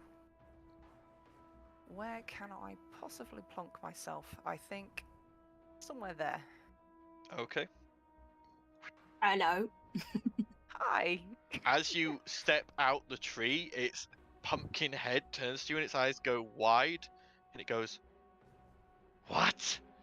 No. That's all it gets for that at the moment. Anything else, Okarak, or There's not really much else I can do. So okay? It is now the creature's turn, and it looks at you, Okarak, and goes, How you do that? How you? Trees are free. yeah. Do you say trees are friends? Yeah. The earth and ground are friends. No.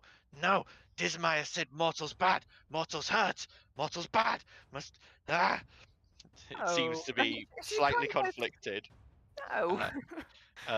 It does get that back. It's going to turn to you, and he's going to use his action. Trick or treat. Oh, no. Make me a charisma saving throw, please, Okarak. We're all going to die down here. 18. That is enough. You feel this like strange transmorphic power try to overtake you, but you manage to shrug it off. You are now immune to trick or treat for 24 hours. Yes. Useful. Well, at least one of us And is going to not be a it's- pumpkin. Its eyes widen at your like shaking it off, and it just goes, no. And it is Correct. going. Sees his little turmoil and it's just like, no, you can be friend too. No, Dismaya said bad. And he's going to try and run away. You do get an opportunity attack. Oh, what can I do as an opportunity attack? That's a good Can you- question. Can you grapple as an opportunity attack, or does that not count? Yeah, I'd allow a grapple as an opportunity attack. That is an attack Try action. it. Yeah, Oh. I'll try and grapple. It's not really I was something. I'm- curious whether that was a Okay, thing or not. I so thought it was only attack That's an rolls. athletics check from you Athletics. versus athletics or acrobatics from him. He rolled a 10. I got So yeah, you managed to grab him Got and him in a hold hug. him in place. No, Huggles. I'm gonna hug him. And he is a small creature. He's only about 2-3 foot tall. He's about the Your size of a pet? halfling or a child. Well, And he is. he's just said trick or treat to me. I'm like, here's a treat. Yeah, no, let go. That's so cute. Okay, that is the end of the creature's turn.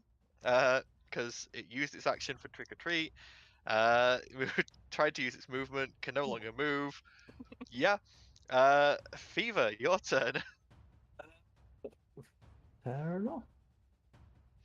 Can't do what I was planning to, but that still works, maybe. Do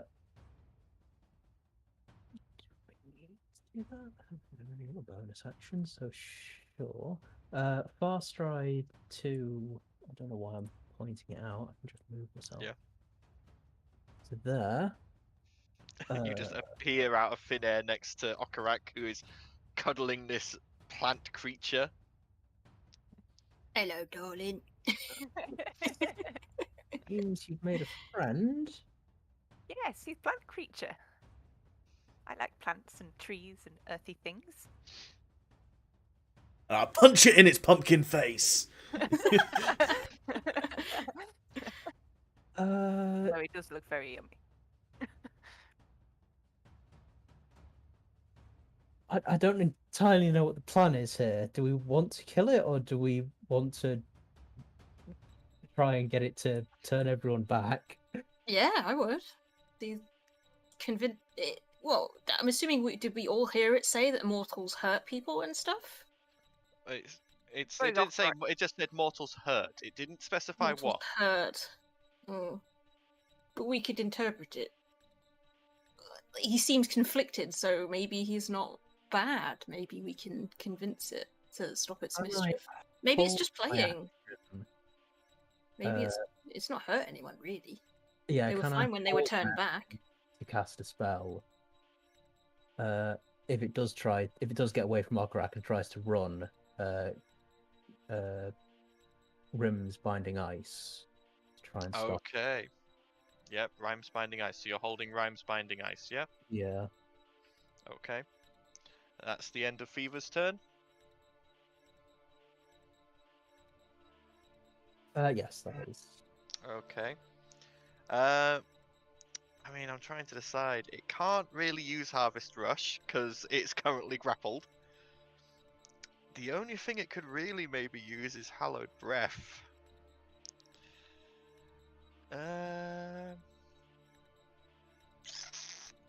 We might be able to convince it. Keeps trying to hurt us. I mean, you could leave us. I mean, it's to currently kill you if you grappled. want. It's currently We're not grappled, hurting so him, it's... though. Yeah, but at the same time, he's... Hallowed Breath It's seems a something- bit Yeah. overkill. He might just use Visage of Fear. Yeah, he's just going to use Visage of Fear for one action. So Fever and Okarak and Burke all need to make me wisdom saves as he's he reaches into like his eye sockets with his like gloved plant hands and like rips them down and is like "Ah!" trying to scare you. Just hold that thought. How far can you move spiritual weapon? Did you say was it 20 or 30? 20 feet on a I'm turn. trying Yeah. to You know when you're trying to find something and you can never find it because you've Carter definitely is read fine. it? Is this pumpkin thing a fae? No, No. no. It has already been determined it is not a fae. It's not Fae or undead or a fiend or. So Fever is now afraid. Okay, so I am gonna have to. Right, what am Make I the wisdom rolling? save. Wisdom save.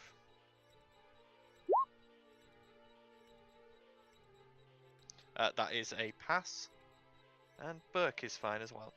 Yeah. Okay. Yeah. So, yeah. So Fever, you are suddenly overcome with this irrational fear of this small pumpkin humanoid being held within your friend's arms.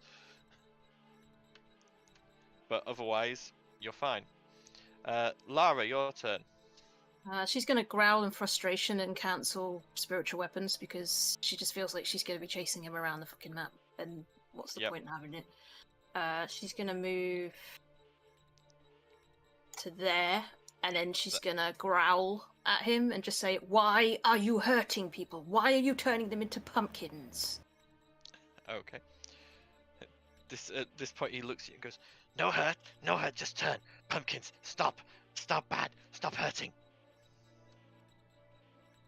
You mean hurting? We haven't done anything to you. That's all you get on your turn. This is still an initiative, you can't just have a free Ah. conversation. Damn it. Okay. End of Lara's turn, it's now Carter's turn.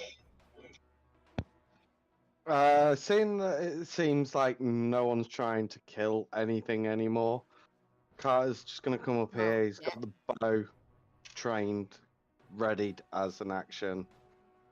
Okay. On thingy, he's also going to order Erkenberg to sort of like stand by because Erk's no longer frightened, is he? Yeah, no, the frightened condition that will have one's not ended now, frightened. yeah. Okay. Yeah. Essentially, it's just beginning to surround. Yep. That's it. Okay. I mean, yeah, you guys haven't done anything to hurt him yet, so he doesn't feel necessarily the need to start doing anything. Okarak, your turn. She's kind of still got hold of him, and she's just like, "Told you we were going to hurt you." Is that told you we weren't going to, or we were going to? Because I heard we were. No, I said who told him. Oh, right, okay. Cool. This Maya says humans bad, mortals hurt nature. They mean, nasty, need stopping. It can be, but not all of them. Then they I need mean, stopping. technically, part of my job is to look after nature. Mine too. Okay, that's all you get Yeah. at that point.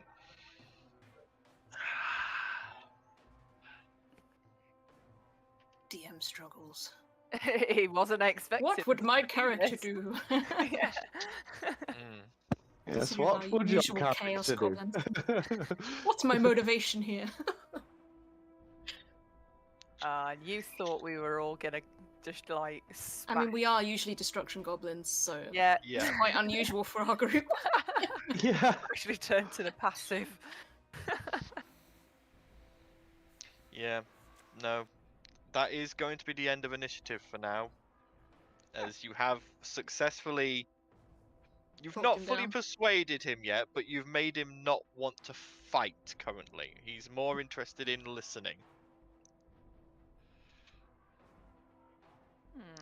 Hmm. Carter's going to grab George before George gets squashed being stuck in the middle of the road. Right, we'll kind of look at him and it's just like, why'd you turn everyone into pumpkins? You look like you were enjoying the carnival. Yeah. The carnival's fun is good, but mortal's bad. Mortal's hurt. Had to. Has any of the mortals at this fair hurt you? Dismaya said mortal's bad. Mortal's hurt. Nature, they Who's hurt her Dismaya? clearing. Dismaya, my friend. And who is Disma here? No. Dismaya can't leave her clearing. Can't leave her tree. No. Has this carnival hurt the clearing? Don't know. Something hurt Dismaya and she told me it was mortals. I came and found nearest mortals and started turning them into pumpkins. That way they can't hurt, but they safe. They not get hurt. But anyone could step on them. They could die. You're Well, hurting them. That's mortals hurting nature. So that proves Dismaya right. No, you're the one making them nature and then hurting them. You're setting them up to fail. That's not fair. No, I just turn them into pumpkins. I don't hurt them. I just turn them into pumpkins. They is fine. Would They're not Carter be safe. would Carter be back in hearing range of that by now? Yeah, you would be able to bring George back in hearing range by now. And by the way, George looks like he normally the jack-o'-lantern is a perfect replica of George. Akarat will turn around to her and says, yes, but you're a pumpkin who talks and walks. Me pumpernickel. I pumpernickel. I nature spirit. I make myself body. They Listen, can't do kid. that anymore. Just so you're aware, nature does not just belong to trees, plants. It belongs to animals and the people that live in it. All living things are nature. But they hurt Dismaya. They hurt my friend. Well, Then then let's show just us who not hurt do that. Ismaya and we'll hurt them. Don't punish No. us for someone else's wrongdoings. But Dismaya, my friend. Dismaya said. Talk to Dismaya then. Yes. I'm sure Dismaya doesn't want you hurting people that didn't hurt her. That wouldn't be fair. Dismaya asked me to come stop mortals. Will be nice. We'll help you. We'll stop the people that hurt your grove, and then you leave these people alone. Turn them back. There is an issue with that, though. Make mean? a persuasion check. What's the issue? 19? In order for us to be able to go find this Dismaya, we're gonna need this kid alive. Well, what's the issue? We're not going to hurt him. We're not. There's currently 2 pumpkins sat inside a tent with a lady with a very red sword. We need to Describe- make things right.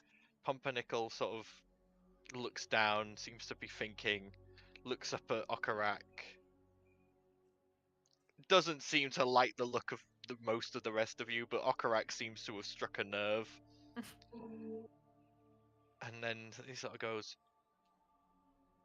feed candy. You want candy? No, feed jack-o'-lanterns candy. And that Five helps them pieces. how? It turns I know them where to get back. some. Back to the burnt candy corn store now I go. I mean, that's not the only candy stall in the carnival. Oh. There is multiple. It's the only one I know. So Uh, we give them it's at candy and this they're point- okay? 5 pieces turn them back. Okay, let's deal Not with so the bad, I main guess. thing first. Let's talk to someone and yeah. It's at this moment from the trees around you, you just start to hear a soft, groaning, rippling, ripping sound. Hell? And After I you watch conjure as trees. from within the tree, stepping out from within it, is this large, plant-like creature. What is that? Just sort of large lumbers of thorns and vines making up its body, and it just gives off this low growl as its eyes focus in on George the pumpkin, and it starts stomping forward towards it. I still have George in my hand. Fuck that, I'm running. I was gonna say run. I think we need to leave. I think we need to leave. Save me, Carter, save me! Okay, you start running. What are I'm the rest of running you? away from the Teenage Mutant Ninja Tree Man. What Yeah, are the we're- rest we're- of you doing? I think we need to leave. Let us run. I told Pumpernickel's you sort the of pumpkins would get hurt. look- Pumpernickel's like, but that one of these mice, why is that here? No, no. It's hurting people. We need to run. As you start running through the carnival, you see you sort of see, where are you heading exactly? Are you heading deeper into the carnival? out of the Carter's carnival? gonna try and head towards candy. a candy store. He's Okay. also managed to sort of like grab like just coin into his hand. He's not breaking any rules. If he gets anywhere near candy, he's just gonna slam a coin down and grab the candy. Okay. Roll me an investigation check as you run. Okay. Investigation. This is not my strong suit. 18. 18. Okay. So yeah, you quickly find a candy stall and you slam down probably a couple of silver that you've got, and you grab, there's like a bag of what looks like boiled sweets, and you just grab one and just keep running. As you guys are I'm running through Tempting to feed George. as you as guys I'm are running through the carnival, you can see out the area you are at the moment was quite close to the edge near Litwick Market. You see more of these hulking, like plant-like creatures moving through the market, and you watch as within your sight one does stamp on a jack-o'-lantern at one of the stalls, crushing it. Oh shit! Is Warn everyone. our pumpkin friend It's a- with us? The Pumpernickel is job. watching it all with really wide eyes and is just like muttering in his breath, "No, no, this not right. No, no." What's wrong? I thought Okarak she was your would friend. not have really left She- him that easily because she's still got him. Oh, grappled. you're, Yeah, still, I- you're he's running with him in holding your on to arms. He's Yeah. not left you. Right. But he's watching all this from your arms and is like shocked. This isn't like, you can tell that he's surprised by this as well. Carter, you managed to get yeah. the fifth. By boiled- the way, yeah, I am miles ahead of everyone else because Yeah. I am literally using every sort of thing possible to try and keep as many Yeah. pumpkins alive as possible. I was gonna say. well, Yeah. you only know of 3 within the carnival. You don't know whether Pumpernickel managed Within to the gain any carnival, more. yes, I know there's one on the Fay Street, isn't there? So Yeah, you can or see there within was. the Litwick Market, there's a lot of these creatures already stomping around and smashing pumpkins. But there's only this Yeah, I one think they're less constant. that you can see within the carnival, and it is following you. But as you pop the 5th piece of candy into the jack-o'-lantern, each time you pop one in, the flame in the center grows a little bit and a little bit and a little bit, and as you pop the 5th one in, the pumpkin shakes and shudders in your hand, and after about 10 seconds you are now running whilst carrying George Longshaft in your arms. Oh god, oh fuck, what's that thing? Where did the glowing thing go? The only thing isn't as bad as you think. Teenage Mutant Ninja Tree Man, much worse. We gotta get to your boss's tent now. What, you're going in the wrong direction. Her tent's that way. He sort of like just turns on his heel, still carrying George. How I- much sweets has he got left Well- at this point? So the bag of sweets was about 20. So you've Okay. probably spilled a Yeah. few in your haste. So there's probably about Hey, 12 left. The cart has run so far ahead that we're now running from that thing and completely lost. We don't have Well- our guide. We have no idea how to get back to He's Gideon's not tent that or where far we're ahead. going. He's not that far Like, ahead. we- You can still So we can see where him. he's going. Yeah. Okay, so we are following But him. at this I was point, gonna say, otherwise just we're follow lost. the trail of destruction. As George turns back from being a pumpkin, the creature stops and then walks back to a tree and just molds back into it, vanishing. How many more people did you turn into pumpkins? Laura's gonna like yell at Yeah, our little yeah. jack friend. Only two. Only two here. Lots more out in that other bit. Right then, I guess we just need to solve the problem with the two that we know of. And then I guess we Is can in leave and population help with your problem, because the leader said she didn't care about the others, right? Isolde doesn't care what happens to the people in Litwick Market unless they're guests of the carnival. Mm. As you guys near Isolde's tent, Carter and George, you can see carnage. Ooh. You see Hermo stood there with his hammer, having number of smashed creatures around him, and Isolde stood there, Nepenthe in hand, currently ripping the head of one of these creatures off with one hand and just chucking it to one side. Oh, seems they have everything. Excuse under me, control. coming through. I can fix the pumpkins. You might Yep, want we to put me fixed the down problem. first. Oh yeah. Punk. And he kind of just sort of like. Normally he wouldn't be so rude as to intrude without sort of like that necessary sort of like thingy, but he just pretty much goes straight between them both to the pumpkins. Yep. Okay, you quickly run in. The two pumpkins are still there and unharmed. Yeah, feeding time. Quickly feed in the 5 bits of candy into each, and then they both shudder and shift, and one changes back into a stunned looking young dwarf with only the beginnings of a beard, who sort of looks down and goes, "What the? What? Where did that kid go?" And the other changes into a very somber white and black face painted clown, who just sort of looks up, looks around, pulls out a horn, and just goes, "Ah, ah."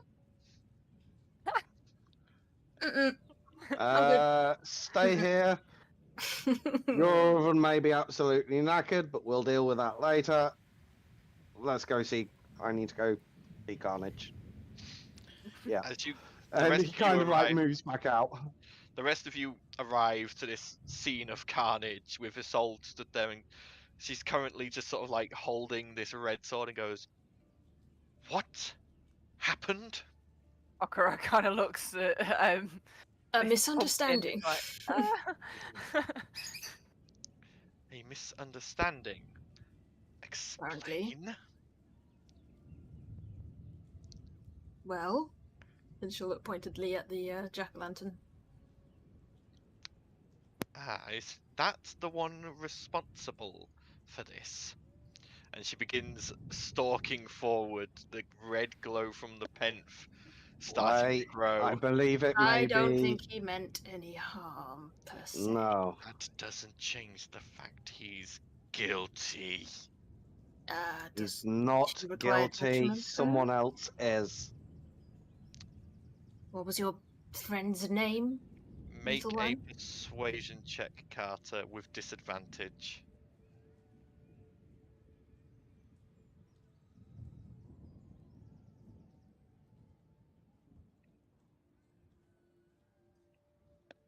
Don't let me down, don't let me down, don't let me down. 17. 17. Hang on. Okay. Look at that missing nat 20 just right there. That looks grey to me. Yeah. Like not. Yeah. Yeah. Yeah, It that would was be. that's would what I be. would have had. Yeah. You watch as Isolde sort of stops and the sword glows and you can see it like her hand trembling and the sword trying to move closer. But she takes a deep breath and sort of goes, details, quickly. Explain if you want to live, little one. My friend Disma said humans hurt nature. So she said they hurt her glade. So I came to turn people in harmlessly into pumpkins and then eventually turn them back was the plan, just to teach them lesson. No, didn't mean to hurt no one, but I don't know why these things are Disma's. I don't know why they're here. You were lied to.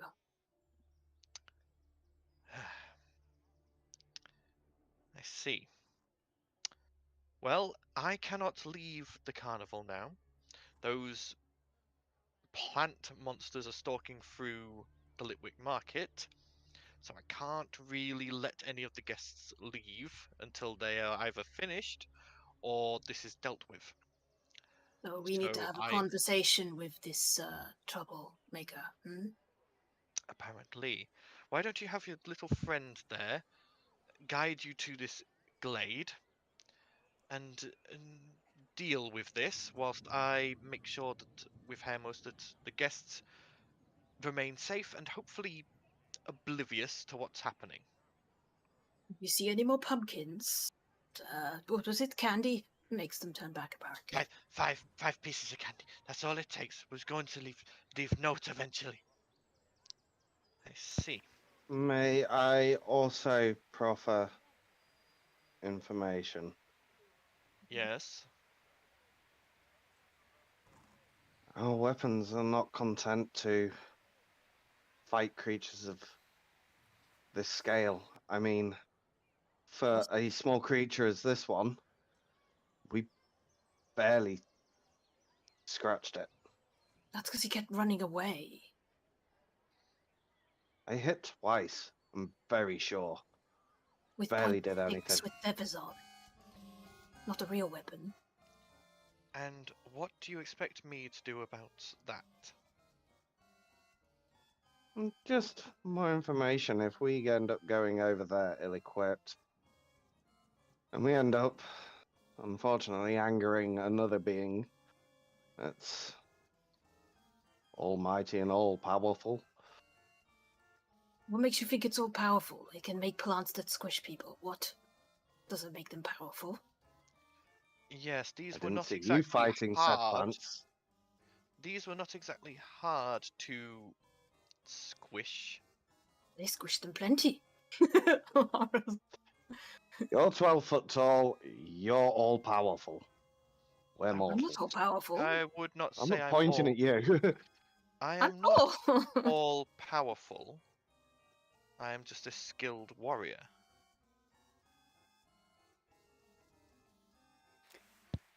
Can I just ask, as a side note, while I'm a pumpkin, is it like a time dilation thing, or has time actually passed for my kit?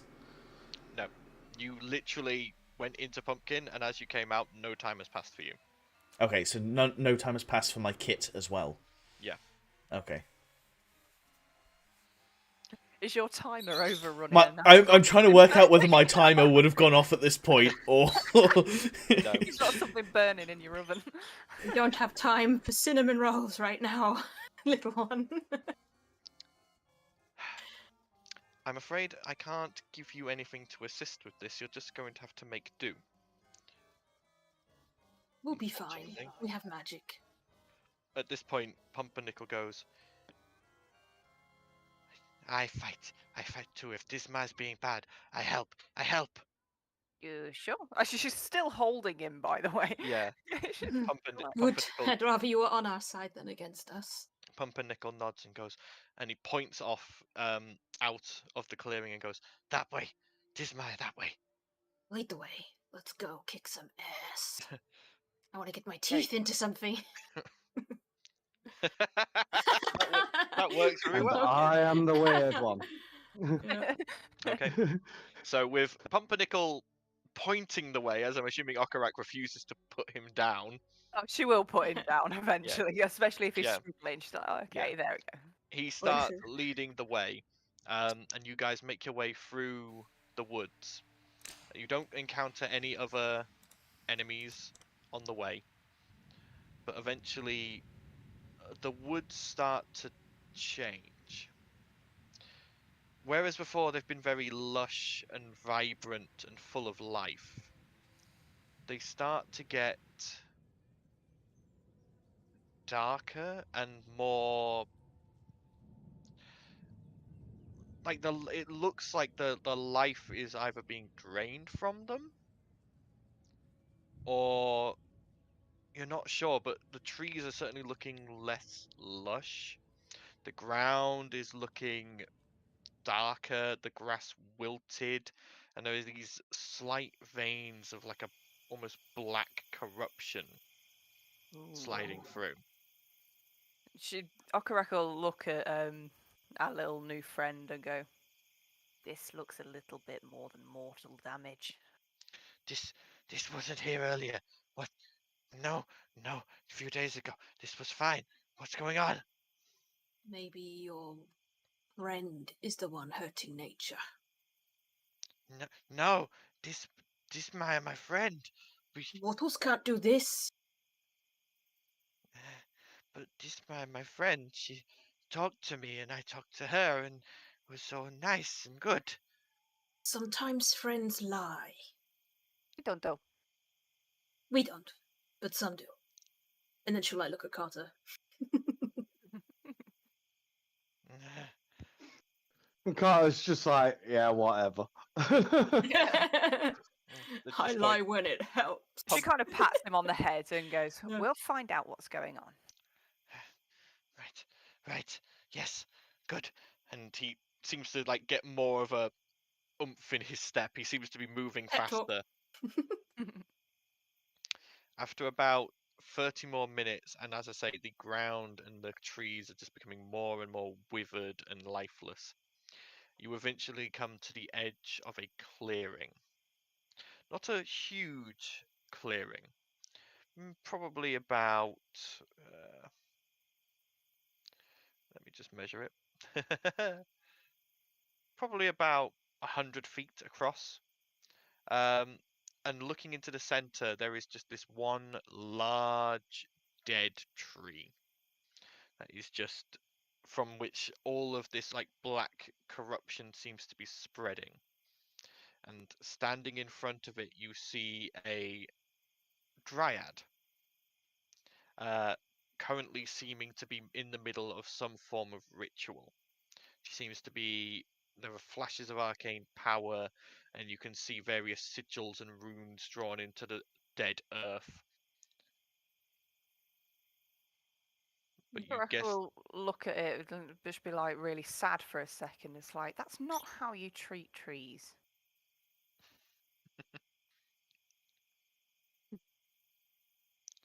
okay. But you see Pumpernickel go storming up to the edge of the clearing and then hit a glimmering field of energy that springs up and bounces off and goes, yeah!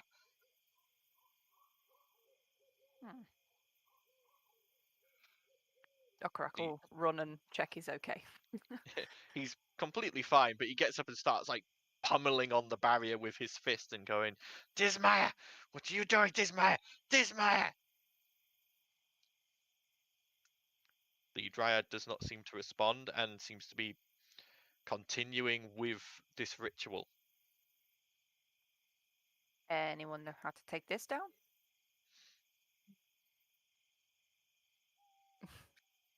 We're all looking through our sheets. How far away is this dryad? Did you say? So the Dryad is in the center of the clearing. You guys are at the very edge, so it would be about 40 to 50 feet away from you all. Okay. But there is this glowing force field currently sat there.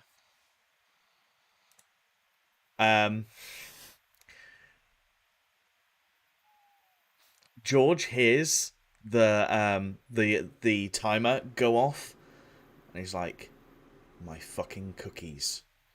He turns the timer off, and he's going to cast Dissonant Whispers. Okay, as you cast Dissonant Whispers, it hits the force field. Does nothing. God damn it. I'm gonna try something. Okay. And it may or may not work considering where we are. I mean, I can cast my spells, so I must have connections to my god, right? Mm-hmm. Can I try Divine Intervention?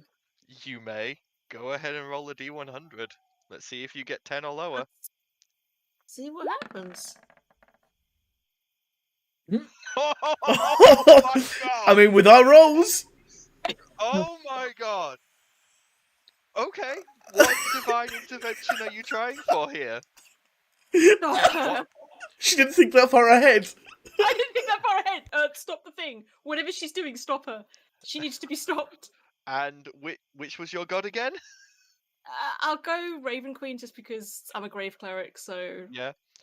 As you stood there, you quickly close your eyes and whisper a that would prayer. work. I am shocked. Any other time my dice betray me, but maybe I guess I mean, you rolling roll is a low good all the thing. time. I was gonna say, Hang on. really? You whisper this prayer under your breath, and you see the skies above you darken and darken and darken. And from within them, this black bolt of energy shoots down. The force field shatters, and the clearing is just bathed in necrotic energy. The Dryad stumbles from the hit. She is heavily wounded from that. I'm gonna have to roll some damage for that. Carter's just gonna lean down next to George because from what he saw was George cast a spell and then Lara began praying. He's gonna lean get to down to take George, credit for just be me. like, "The hell did you do? That looked like a different kind of spell." He didn't, I did! And then Laura's just like growling at you. Powerful cookies. No cookies! 30, 33, 35. So she's going to take 37 points of necrotic damage. Dear God. Because I'm so hyped up about it, can I just be like, that's what I'm talking about! Ow! Is And go werewolf, so. if I can. Well, hang on, I'm not finished yet. She's still gonna do it, but yeah. So- What else Well, did she actually, do? the thing is, another because of what you said, and it's because the Raven Queen can't stop her fully. The Raven Queen then the piece of this black necrotic lightning shoots off, hits you in the chest, Lara, and immediately shifts you into werewolf form. Okay. Hang on, I need to find your Lara token, your Lycan token, and give you control of that, ready for when I bring you guys across to this layer. Yeah, boy, I'll get my teeth into someone at last. However, you feel more in control of yourself than you have Oh. ever felt in this form. You are not subject to the berserk for this combat, Yeah! and I can let Also- loose. I was gonna say, of Also- all the things I remember, is Okarak feeling a little bit like, oh god, hang on, I remember that form. but yeah, Don't worry, I'm in control this time. but yes, and it's at this point the Dryad goes, The token be just a little bit bigger because of the power up. Like, yeah, actually, yeah, you will get enlarged as well. I'm gonna say that you get yeah. enlarged. The Dryad goes, Flavor. no, and casts her hand down to the ground, and she quickly summons some allies, but I don't think it's gonna help her much. But yeah, that's where we're gonna have to roll initiative. Yeah, boy. My first initiative with this character. Wait, you're not a pumpkin. We'll That's wait for the fine. tracker to come up first before Yeah. you roll. There we go. I forgot to click the token Oh, again. I've god got damn it. 15. Well, there we go. 5. That's fine. I can sort the token. I can sort the initiative tracker. That's fine. Let's go. Guys just kind of stood there mumbling at everyone like, yeah, you all think I'm bloody weird. Yeah. So what's the correct get? I think you're never weird. said I you just were think weird. you're sneaky and slimy and up to something all the time. Which you basically are. Yeah, pretty much. You're always fair. hiding something or Okarak trying to has get never coins said anything somehow. about him being weird, so To be fair, Yeah. you've never actually seen him attempt to grab coin. no. So Okarak hasn't. He just doesn't declared trust you anything because about she's it. only met you once and she's, Yeah. you know, this is only our second You outing. know. Yeah. Carter. He She took doesn't you to trust you save your yet. friend. He saved all of you. Don't trust him. doesn't- Doesn't mean anything. Before initiative starts, after the force field goes down and everything is going off there, can I just turn to Okarak and hand her a cookie and just say, in case you need a boost? Yep. Okay. And what I will have done is in my kitchen, I have made inspiration icing where I'm singing in my kitchen as a bard, and I've made a cookie with inspiration icing on it, and it's my bardic inspiration. Is it inspirational? Oh, I sicked in my mouth a little. That was terrible. I'm Even sorry. I didn't go that far. Like, and I'm normally the dad bard kind of person.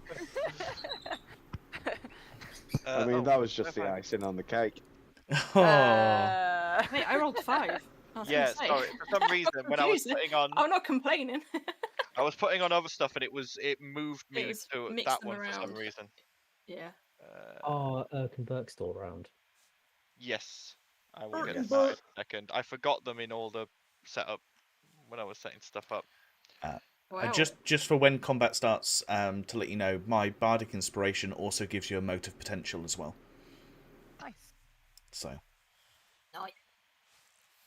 Hang on, just bring Nice. Herc and Burke across from the other map. Herc and Burke. There we go. And then combat music.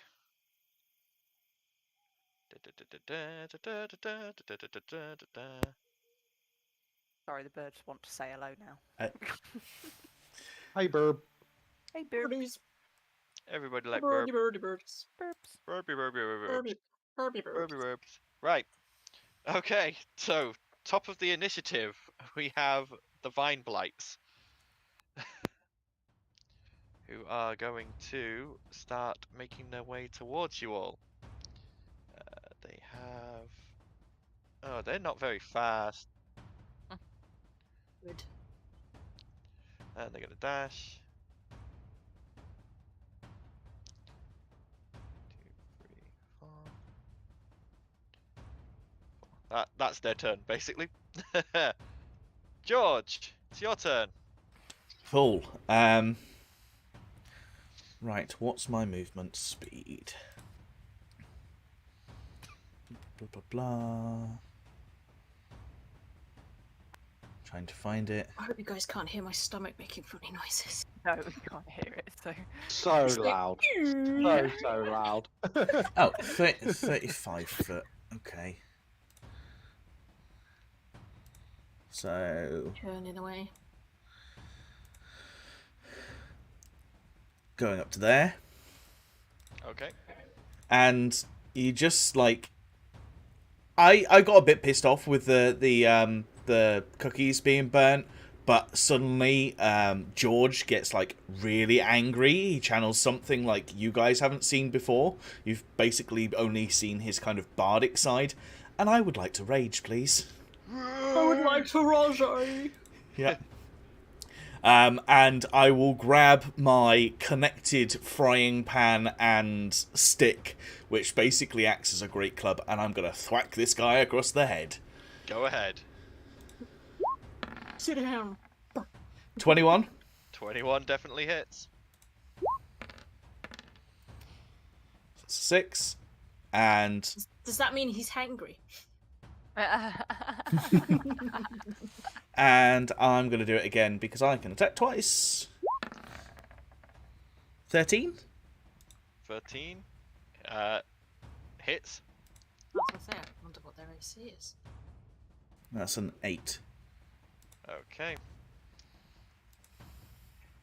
So you whack twice into this thing, and you just like breaking vines and snapping bits, and sap begins to leak out of it. It's still standing, but it's got some wounds. Cool. Okay. End of your turn. Okay. At the end of your It sounded turn. like it was in a cave for a second then. It's like reverb. So at the end of your turn, Pumpernickel is going to use 2 legendary actions for Harvest Rush. 10, 15, 20, 25, 30 to get to there. The Vine Blight needs to make a dexterity saving throw. Fails, which means it's going to take... So it's going to take 4 slashing damage. And gets knocked prone as Pumpernickel slashes by, taking its legs out from underneath it. And then at the same time, Dismire is going to use 2 legendary actions. Oh no, just 1 legendary action for now. Actually, no one's in reach, so no. No, she's not going to bother. Okay. And it's her turn now anyway, so... She is going to...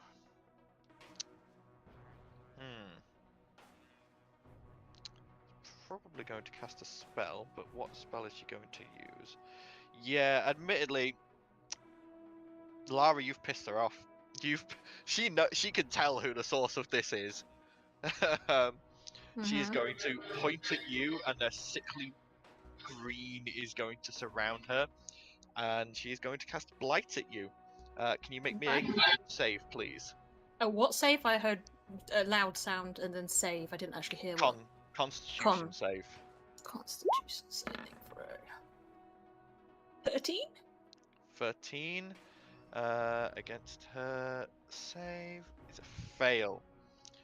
So you are going to take the damage, full damage. Yeah. It's not that's magic, so that counts as full.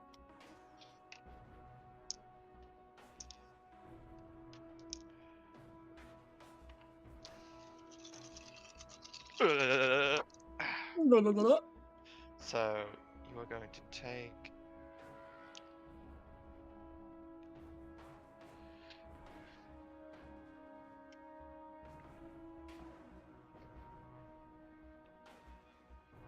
You take 38 points of necrotic damage as you feel your body begin withering and drying out. Do you get 1 reaction per turn? Just in general. What do you mean? So depends. Yeah, 1 reaction per round. Can I use my reaction to Spirit Shield and take that down by 2d6? Yeah, go ahead. Oh, I've already added the damage. Okay. Give myself just what do I give back? Okay. Okay. Let's have a look. Just to help you, because that's a big chunk of... I reduced that down by 11. So I'll put 11 heal. Okay, cool. Dismire is then going to 3, 4. I'm probably going to go there. And that's Dismire's current turn. Okarak, your turn. I am going to use my earlier grabbed oak bark Yeah. and bark skin myself. Okay. So you bark skin. Yeah. I think that's an action, so there's not We'll really... double check. Unless it does actually say it's a buff, so... 1 action. It's a concentration spell, lasts an hour. Yeah. It means I have a 16 AC of 16, yeah. Which can't be reduced. Nope. So that's all I can do, really. Okay. No movement. I will probably move actually. Go and help my comrades. Okay. Yeah. Alright. It's now Pumpernickel's turn. Pumpernickel is pissed. Pumpernickel is really annoyed at Dismire. You hear him shout, "You lied! You lied, lied, lied!" I'm glad he didn't use this against you earlier, because now I get to use it here. Oh. As he is going to point. Find out the bullet we dodged. Oh, He's are going you to below point, 100 hit points, bitch? and you watch as flames from his jack-o'-lantern head reeve out around his hand and then flow straight across to Dismire, wrap around her as he casts Immolate. Ooh, She Nice. Yeah, that's needs to make hot. a that's a dex- lot. She needs to make a dexterity saving throw. Ooh, Emilate's quite a lot of damage. Fails.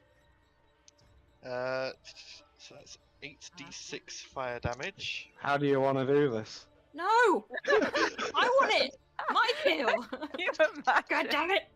That's the problem with you find a spell and you're like, this is going to be so dope, but she's going to be dead before it even gets to my turn.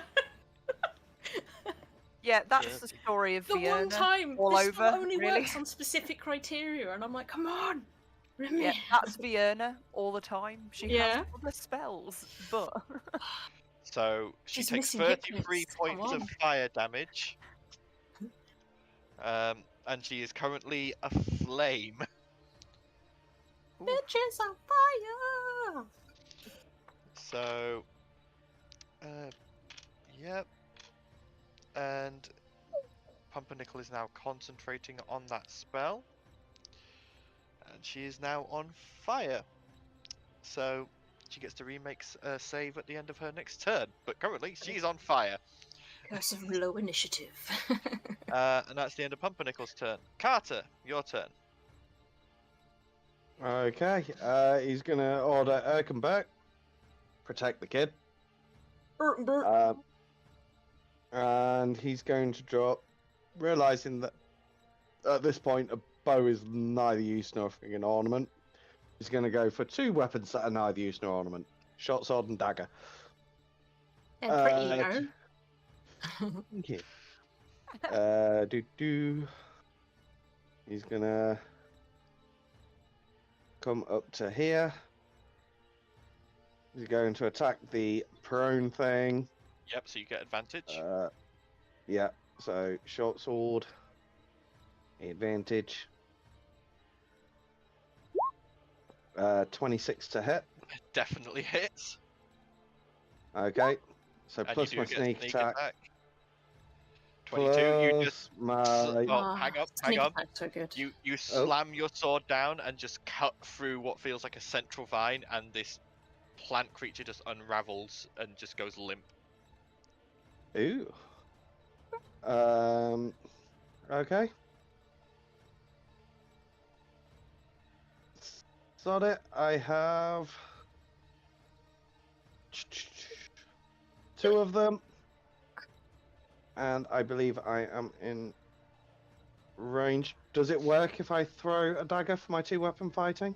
Yep, I'd allow it. Yep. Don't Okay, take yeah, much to I'm go definitely smash in and then- range. Yeah. So, dagger at immolated lady. Yep, go ahead. What do I press for this thing? 14. 14 hits. She hasn't had chance to cast Bark Skin yet, so 14 just hits. So 6 plus my dreadful strike, because I won't get sneak attack. Well, the sneak attack was on the little Yeah, dude down so there. that'd be on there. You only Yeah, get that once so- a time, don't you?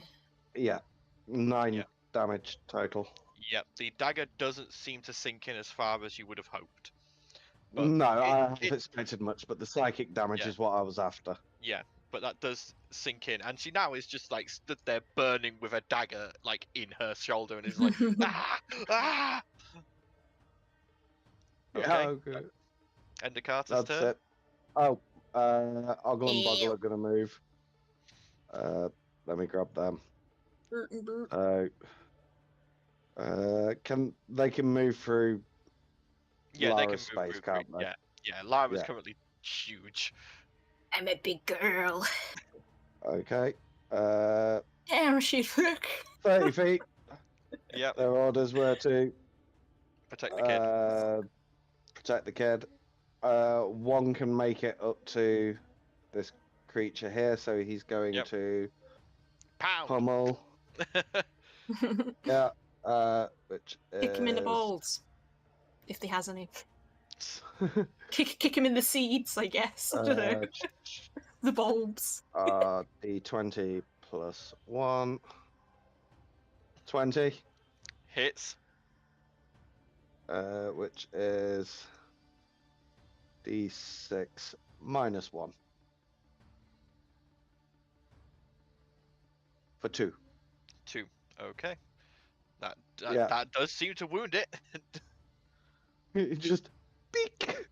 Yeah. Punch it in the ankle. Yep. Okay.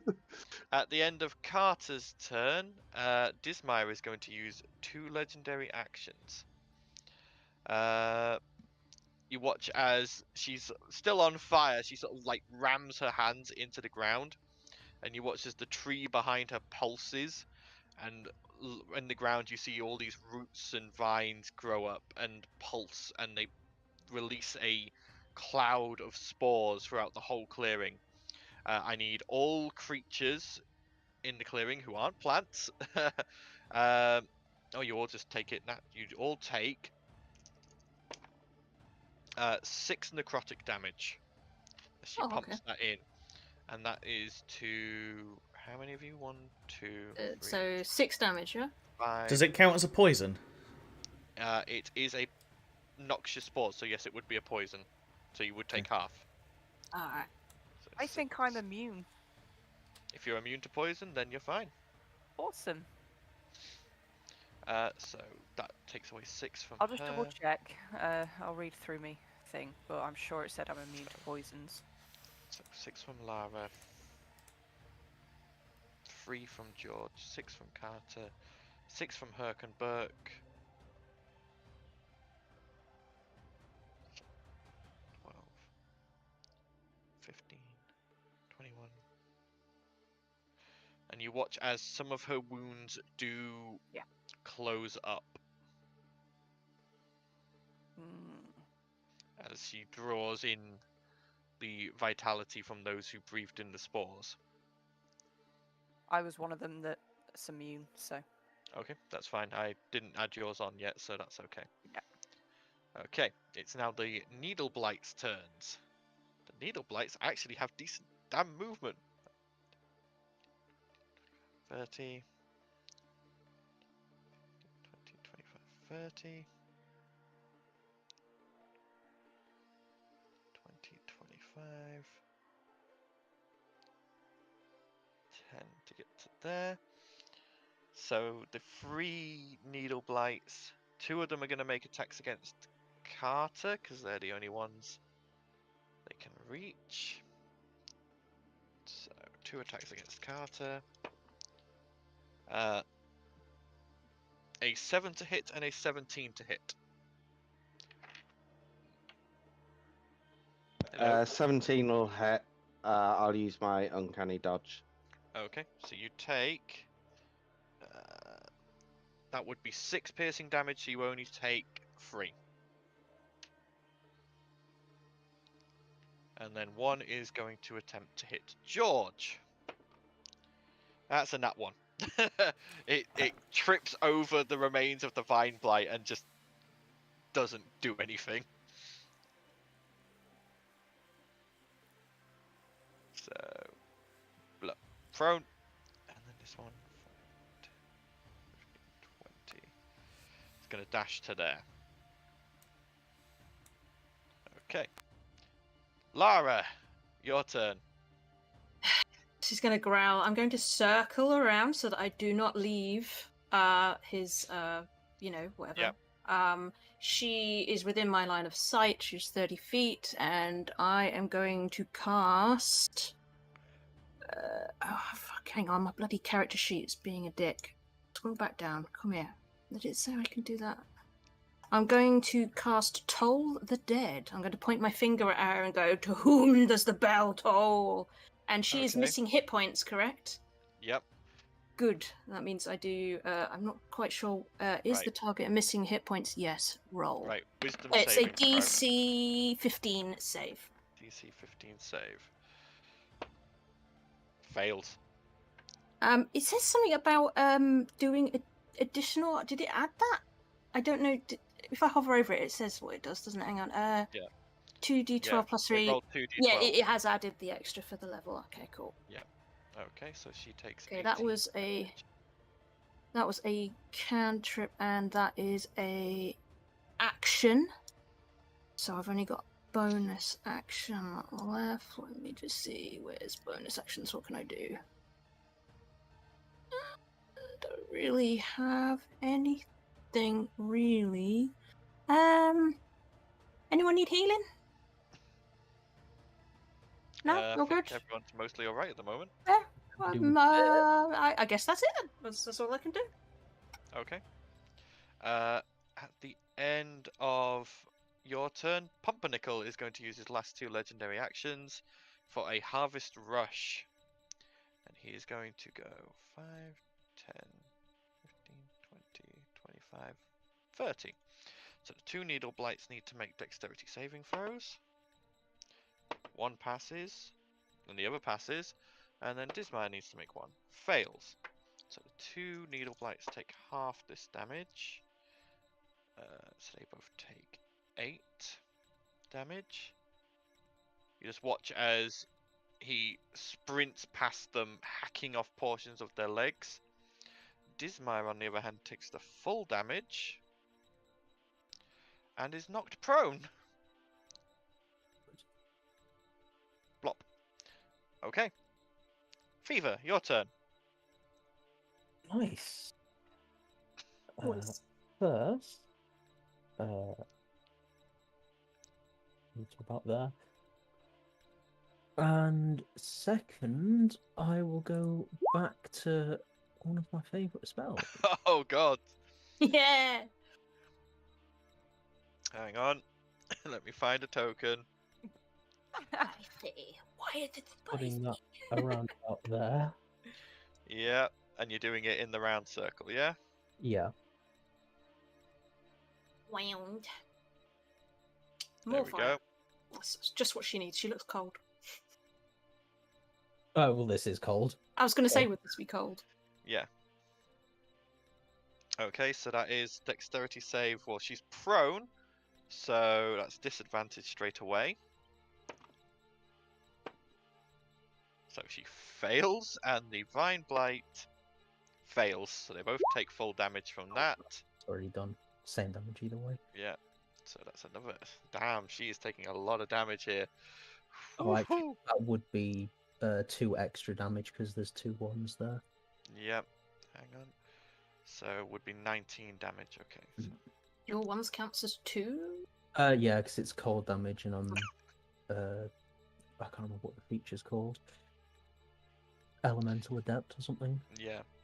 Master of the cold or Yep. something. So Dismire is looking very hurt now. She's looking like she's on fire and at the same time freezing. Doesn't make any sense. I think you might need to get tested. You've got Oh, like she is symptoms. It's cold! She's hot and cold. She is leaking sap and just seems to be like there's gashes all over her and she's just panting. Okay. Next up is the Vine Blights. I think I've still got a bonus action left. You do. What would you like to do? What would you like to do? You want to Come on, bring come the on. dog back? Do you want the dog back? Let's just check that is within range. Yeah, can I summon the dog there? Ah, goodness sake. Yep, there we go. Why not? I mean, it appears right next to your... which way is your wall of fire facing? Inwards or Facing outwards? inwards. That's fine then. So it doesn't get affected by that. Woof woof, motherfucker. Roll an initiative for the goddamn direwolf again. I'll be 16.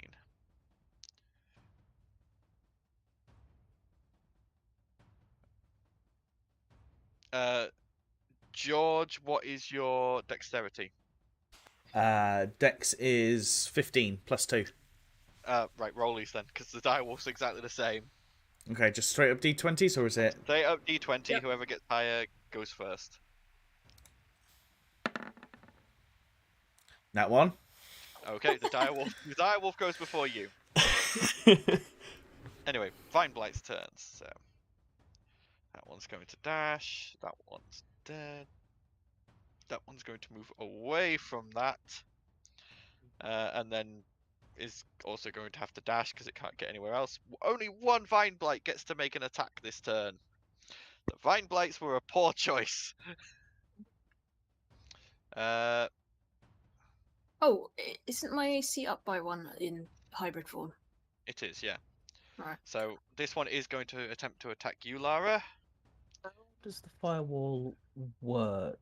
If someone's encircled already and they have to pass through to get out of it, would the count as already being in it for the turn? No. So wall of... All about the wording, guys. Mm. 'Cause When it the wall says appears, each creature within its area must make a dex save. One side of the wall selected by you. To each creature that ends its turn within 10 feet. Yeah, but it also says a creature takes the same damage when it enters the wall for the first time on a turn or ends its turn there. Yeah. So would it count as So- already being in it? Yeah, it's already in it, Yeah. so... Fair enough. So that's an 18 to hit, Lara. Yep. Okay, so you are going to take 12 bludgeoning damage, halved to 6 because of your resistance. Hybrid? Yep. Yep, and you are grappled as the vines wrap around you. So you have no movement for your next turn, but I very much doubt that's going to matter. I'm not going to be moving anywhere, don't you worry. Yeah. Okay. Wolf Boy's turn. I mean, there is a prone Dismire right there, but it's in the middle of a circling flame wall, so, yeah. I mean, the wolf's got to try, because that's what it's been summoned to do, so... Yeah. I mean, it won't take damage from the flames, fortunately, so it's just going to make... It gets pack tactics, though, because... Swiggity swiggy, he's coming for that booty. Hits. It's already prone, so we don't have to worry about that. And that is 9 damage, but it's not magical in nature, so halve that down to 5. So yeah, Dismaya's still looking looking even more hurt. Okay. Next up is Mr. Longshaft. Yep. Long shift. Long by name, long by nature. I'm moving to the other side of Okarak. Yep. Thwickety thwack. On combat. Hit it in the back. That's 15. Yep. Oh, can I just see if I crit? Because I'd get advantage, wouldn't I? For... Yes, you would get advantage from flanking, No, I don't quit. but you Right. still definitely hit. So that's that one. Do you want me to use that second roll as my second you attack? you get advantage on the next attack as well. So Oh, yeah, true. So... hits for definite. Yeah, hits.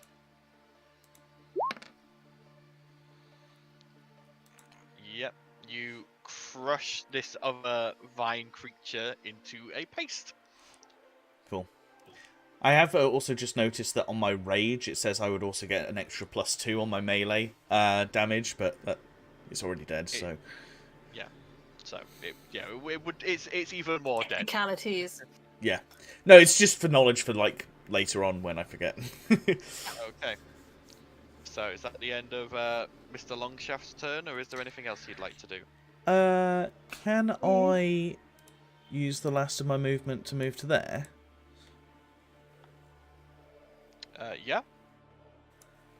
That is absolutely fine. Cool. Okay.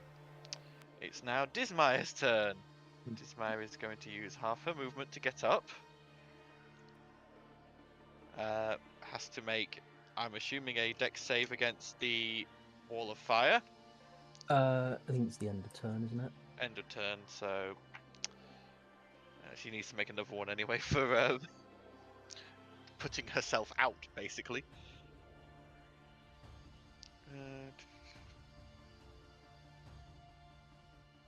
Yeah, because she can't. Yeah, these magical flames can't be extinguished by non-magical means. Yeah, she can't even just put herself out. Right, Dismaya needs to figure something out quick.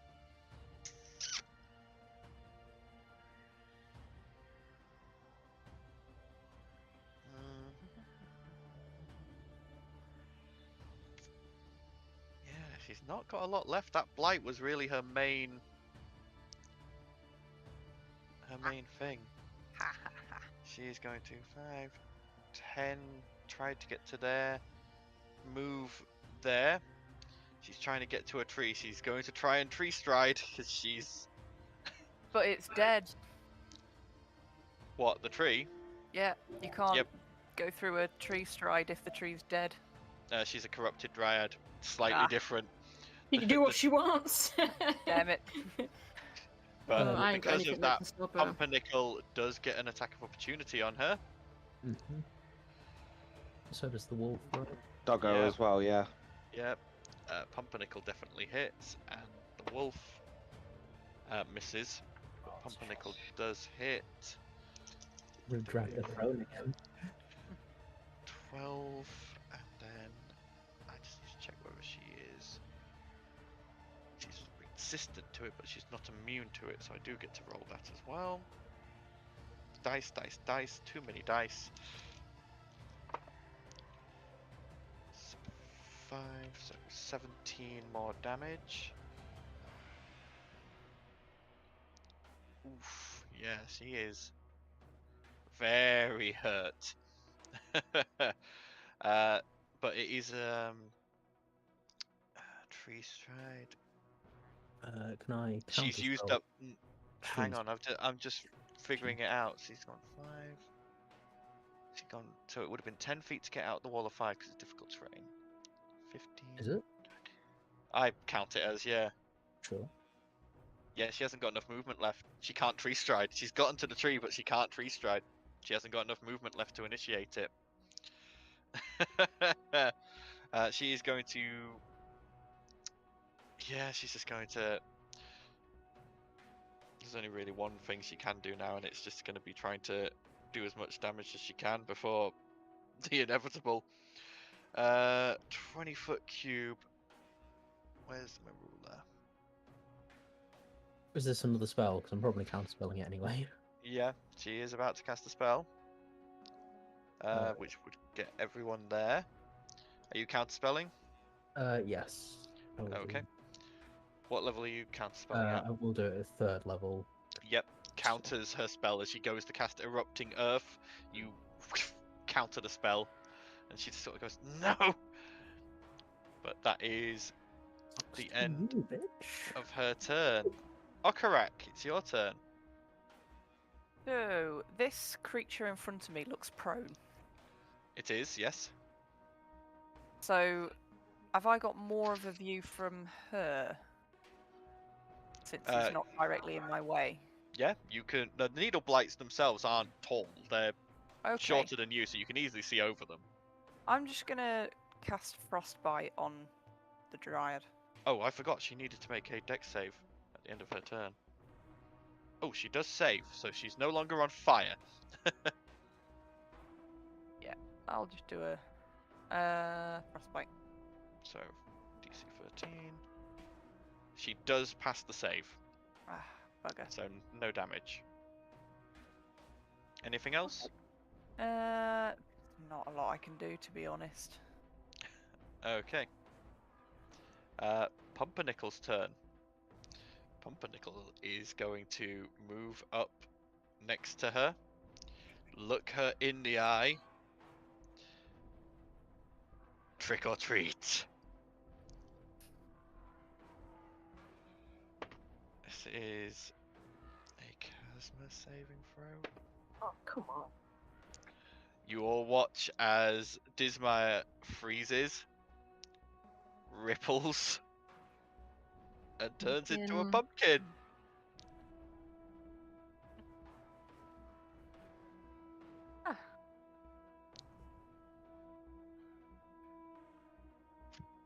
Well, With as she turns into a pumpkin, her tree sort of withers a little bit more. All of the blights just go motionless and collapse into their particulate parts. Do that And either. Is the end of combat. hey. Can I just run up, pounce on the pumpkin, and smash it to pieces? Yes, you may. Fuck yeah! I was gonna say, 'cause I think my dog still targets it. I don't know if it counts as being 0 health or. It's just this giant werewolf. Just, ah! I'm glad you did that because I was so close to doing performance of creation and just creating an anvil above it to like Acme comedy smash. I was just like going to do 5th level bloody spiritual weapon and just shove her in the Iron Maiden, but this'll do. Yep. As the pumpkin smashes into pieces, the tree like cracks down the middle and just turns slowly into sawdust. Brett kind of looks at the glade around and walks up to Pumpernickel and says, "Looks like this is your glade now." Yeah, I make it better. I make it nice again. Yeah. Laura's just licking the pumpkin off her hands and then reverts form. Yep. And you feel through your connection to the Raven Queen just a sense of pride almost. Am I a good boy? Am I a good girl? There were no words. I get head pats. There were no words, but you get the sense, maybe. Yay. George is going to go into his pack, and he's basically got like a little Tupperware box, and he's going to go and pick up some of the pumpkins so he can make pumpkin pie later. Pumpkin pie! That's just weird. That was a person. Just remember. Well, not anymore. One Now thing. it's mush. Sentient. I don't know. Also, you're doing all of this in front of an actual sentient pumpkin. Pumpernickel just watches and is like, Okay. Waste not, want not. Okarak will actually go up to Pumpernickel, kind of pat him on the head and goes, "Hang on, I'll help." And she'll spend time with him because I know it takes a long time. I'm going to use plant growth on land. All right, you take the time and you go around and you slowly reinvigorate the land, slowly bringing some semblance of life back to it. Pumpernickel himself doesn't have any sort of abilities like that. He is probably watching me do this, going, "What? Is this your glade now?" He is technically actually a fire nature spirit who just happens to inhabit a plant. Right. So he just sort of watches on, but he pumps, like, you see his sort of like roots his feet in the ground, and this wave of warmth and life flows into the ground, and the sort of dark corruptedness begins to leach away slowly. And he goes, I stay here. I make it good again. Yeah. I make it good. Without No more turning people into pumpkins, yes? No, not unless they actually bad. Good. Judge people on their actions. Will do. Yes. Sorry. You're a good kid. On the head again. and as you watch the lights in the jack-o'-lantern slowly dwindle and go out, and Pumpernickel just becomes a stationary object with no life to it. Oh. Oh. but you do see a mote of green fire flowing around the clearing and floating away. We should probably go tell your boss we've taken care of business. Yeah, I guess I can use this as evidence as well. That was fun. Maybe this carnival isn't so bad after all. Maybe you'll even have one of my pies before you go. Nope. And as you all make I your think way, she just likes violence, nothing else. I like other things too, and she'll give him a saucy look and then carry on walking. Right. Akarat kind of runs up to her and goes, she likes wiggling her eyebrows. Such a precious snowflake. Yeah, isn't that a precursor to something more violent? It can be violent if you want it to be, Carter. Right. Yeah, pass on that one.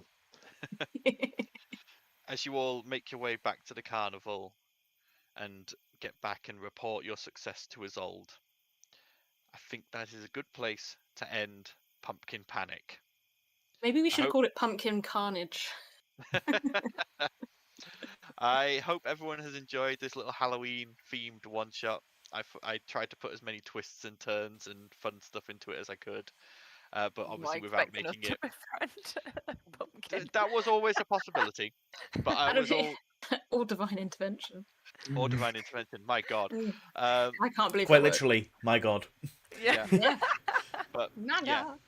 God. I didn't want to make it too long, so I didn't put as much in as I maybe could have done. But I hope Probably what wise. was there was Actually enjoyable. Yeah, Yeah, that worked. And it worked. our next session is probably going to be the 11th, but obviously we will keep everyone posted. And we should be back to Armate as usual. Yes. Hope everyone has a lovely Halloween. Everyone stay safe as usual. Enjoy your own games. Bye for now. Trick or Trick or treat. treat. Bye bye. Bye.